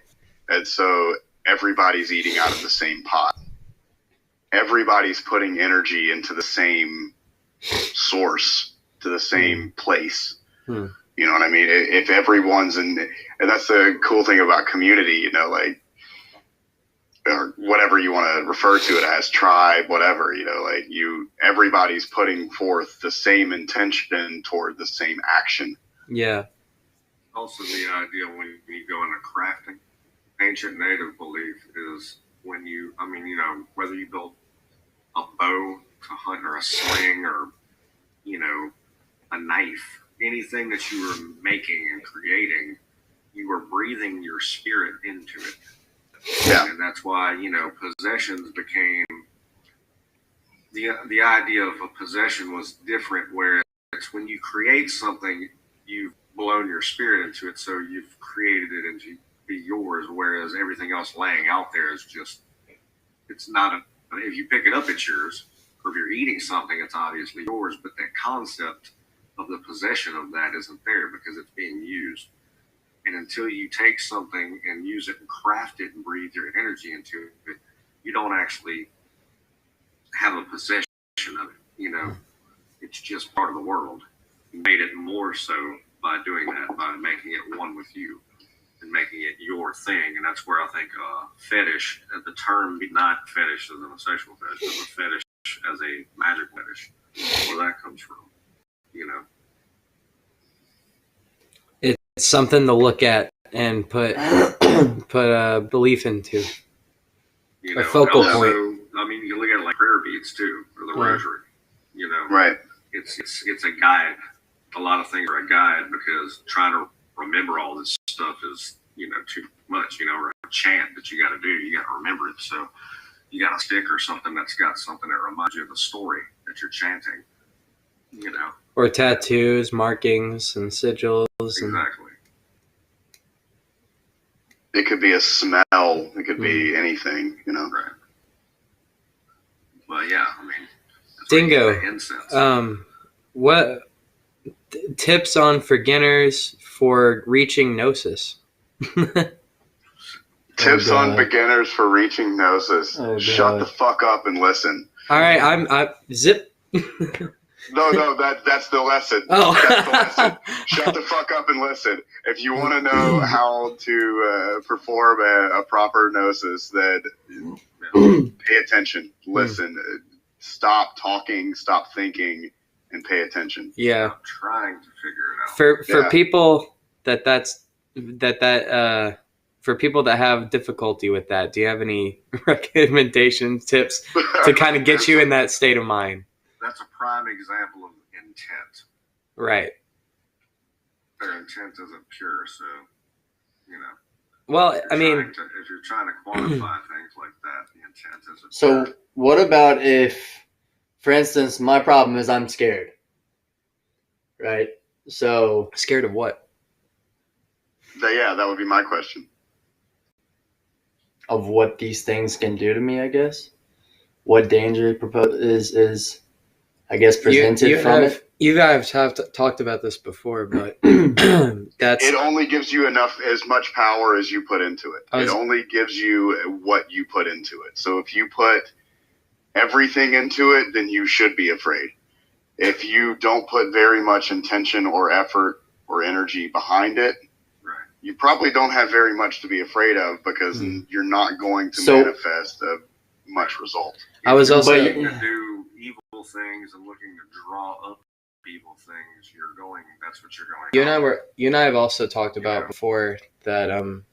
I think You're looking with fearing the thing is just the wrong mindset in general.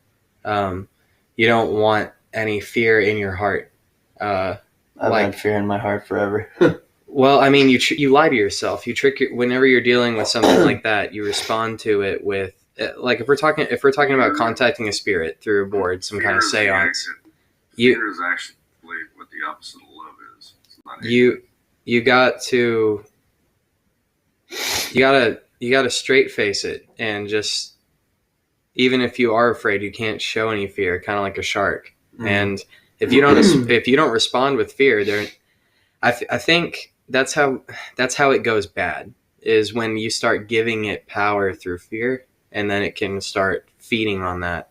You also have to understand that you are in the control of the invocation.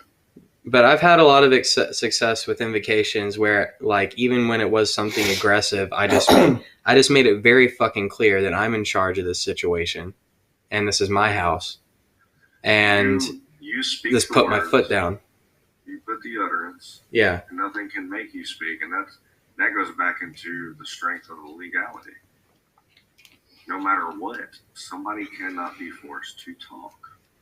So they wouldn't know that you're scared, even if you don't say it, like you said, put a face up. Well, it's sort of... They wouldn't see through that? Well, I mean, define they.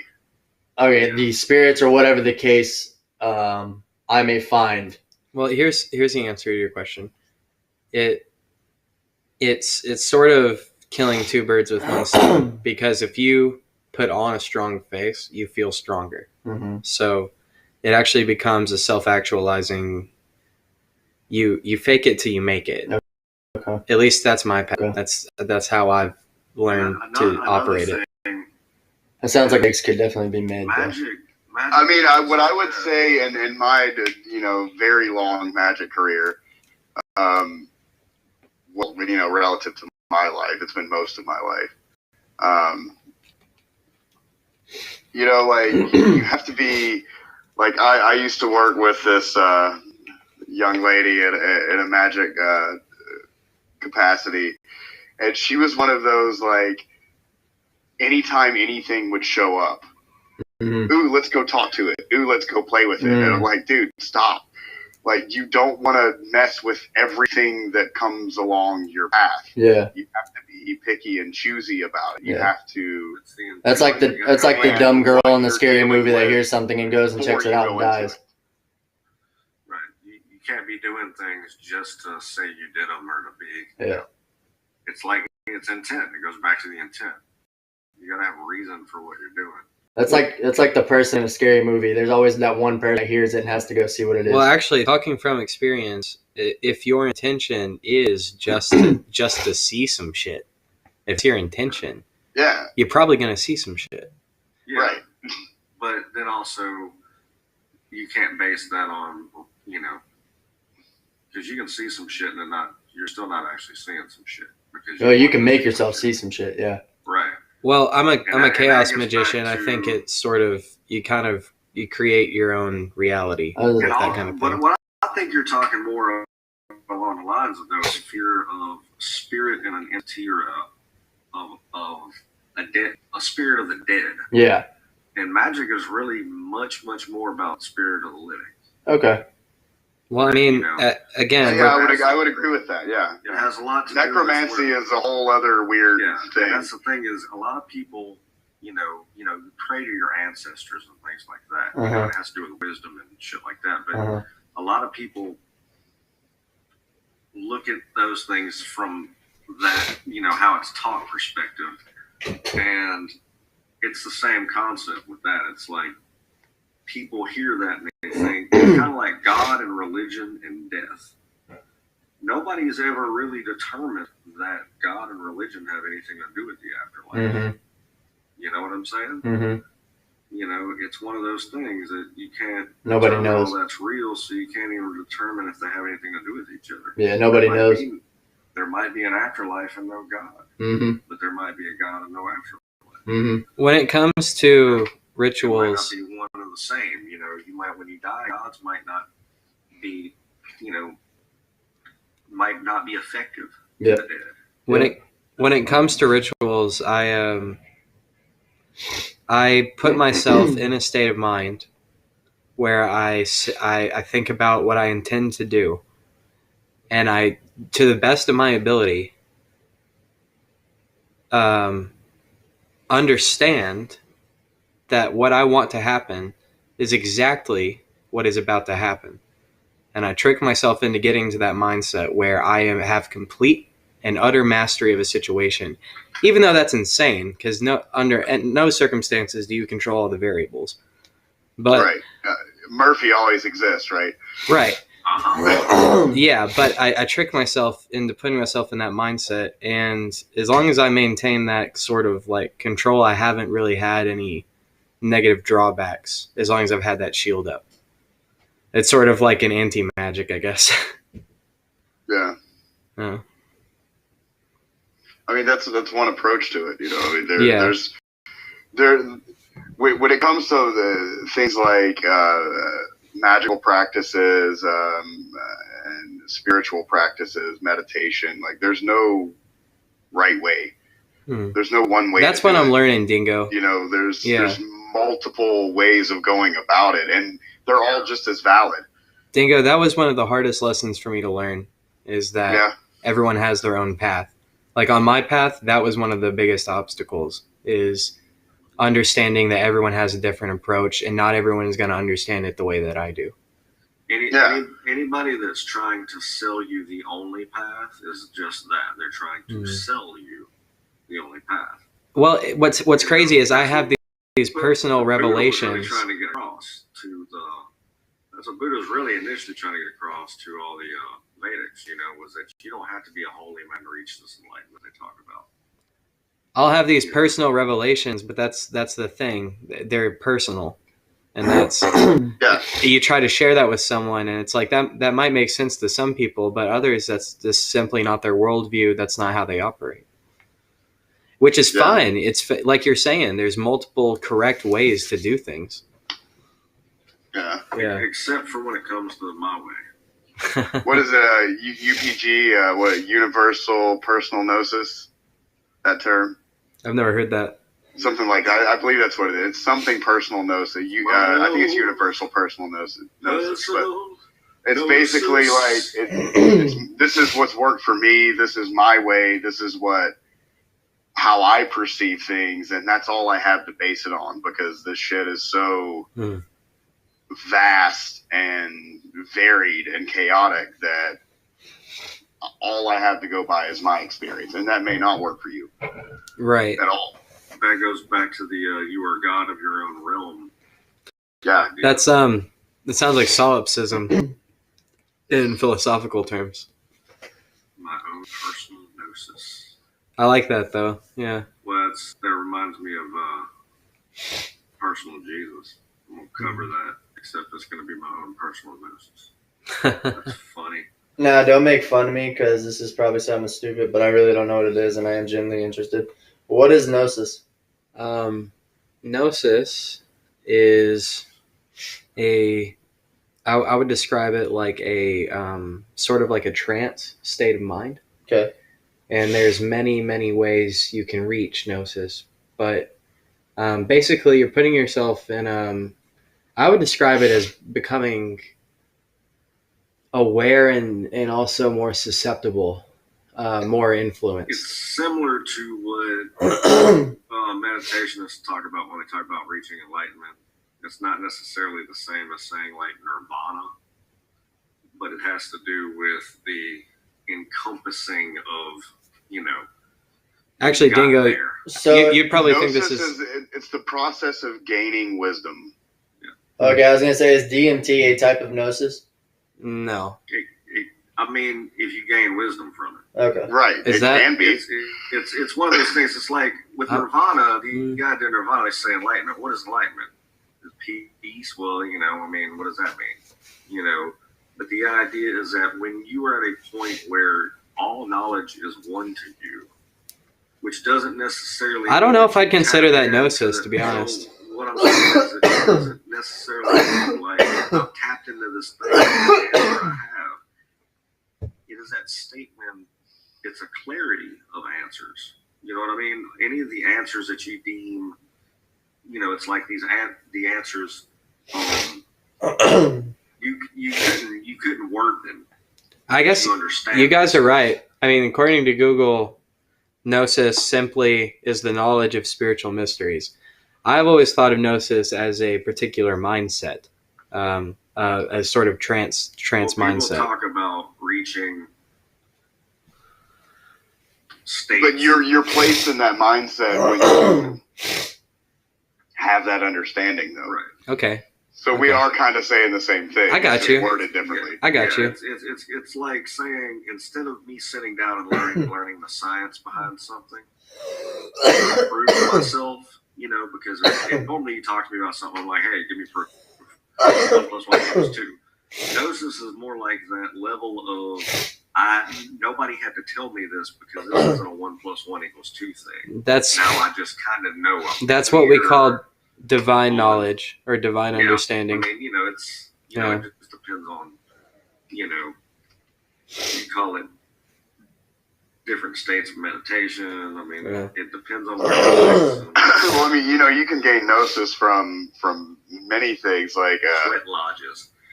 American Beauty, like the scene where the plastic bag is floating in the wind and everything. And he's like, it's so beautiful. Like, that's a moment of gnosis for his life. It was such a simple thing, but that was a moment of gnosis in that guy's life. Like, he gained like crazy wisdom from that. He saw through that event into other things. Wisdom isn't like intelligence. Intelligence you can teach somebody with words. Wisdom you almost can't. You can come up with these wise sayings, and people go like, "Oh, I intellectually understand that," but they're still going to go get hit by the fucking car. Right? Because they didn't see the dude get hit by the car like you explained in the story. Mm-hmm. They didn't feel that occur, so it didn't hit them the same way. So it's that's one of those words that is a word for a reason. You know what I'm saying? It's like it you can't describe it. That's why it exists. That's why that word is there. There's you use it to kind of fill in that blank space where you can't really describe what you mean about that weird enlightened state. I always attributed psilocybin. Always made me feel would get to a point of gnosis where I feel like I'm really... Yeah, it's much easier for me to arrive at with psychedelics. But I can't necessarily write it down. And it's not all psychedelics. LSD used to... It didn't necessarily give me this... Acid's my cheat code for gnosis. It used to... It got to the point where it didn't... It was like a unknown state I'd get into, and it was just almost boring to me. I learned what I was going to learn from it. It wasn't really tapping in any harder, unless it was just jumbling my brain up and giving me crazy visuals. But,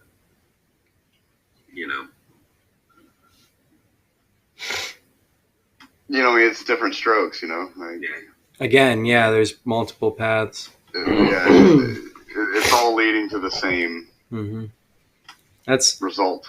There's as many paths as there are people, I suppose. Right. Yeah. Well, these days, you wouldn't think that. These days, there's big herd fields. Yeah, there is. And, like, if you take it down to a smaller level, like I mentioned my tribe earlier, and, like, if you ask all of us these same, like, if all of the members of my tribe were in this conversation right now, we'd all have different things to say. Yeah. Even though we're all part of the same tribe, the same belief structure, we'd still all have different interpretations on it. We've all had different paths. We've all had different means by which to get to this point. And that's exactly the point. That's exactly the point of coming together. Yeah. Yeah. Skull. Salute.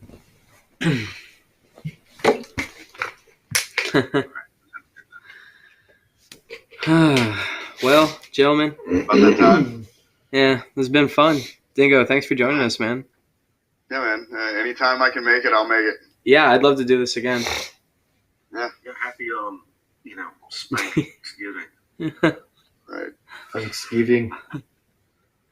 Turkey Day. Yeah, it's been a fun cruise on the Mayflower Man of War. Huh. Yeah.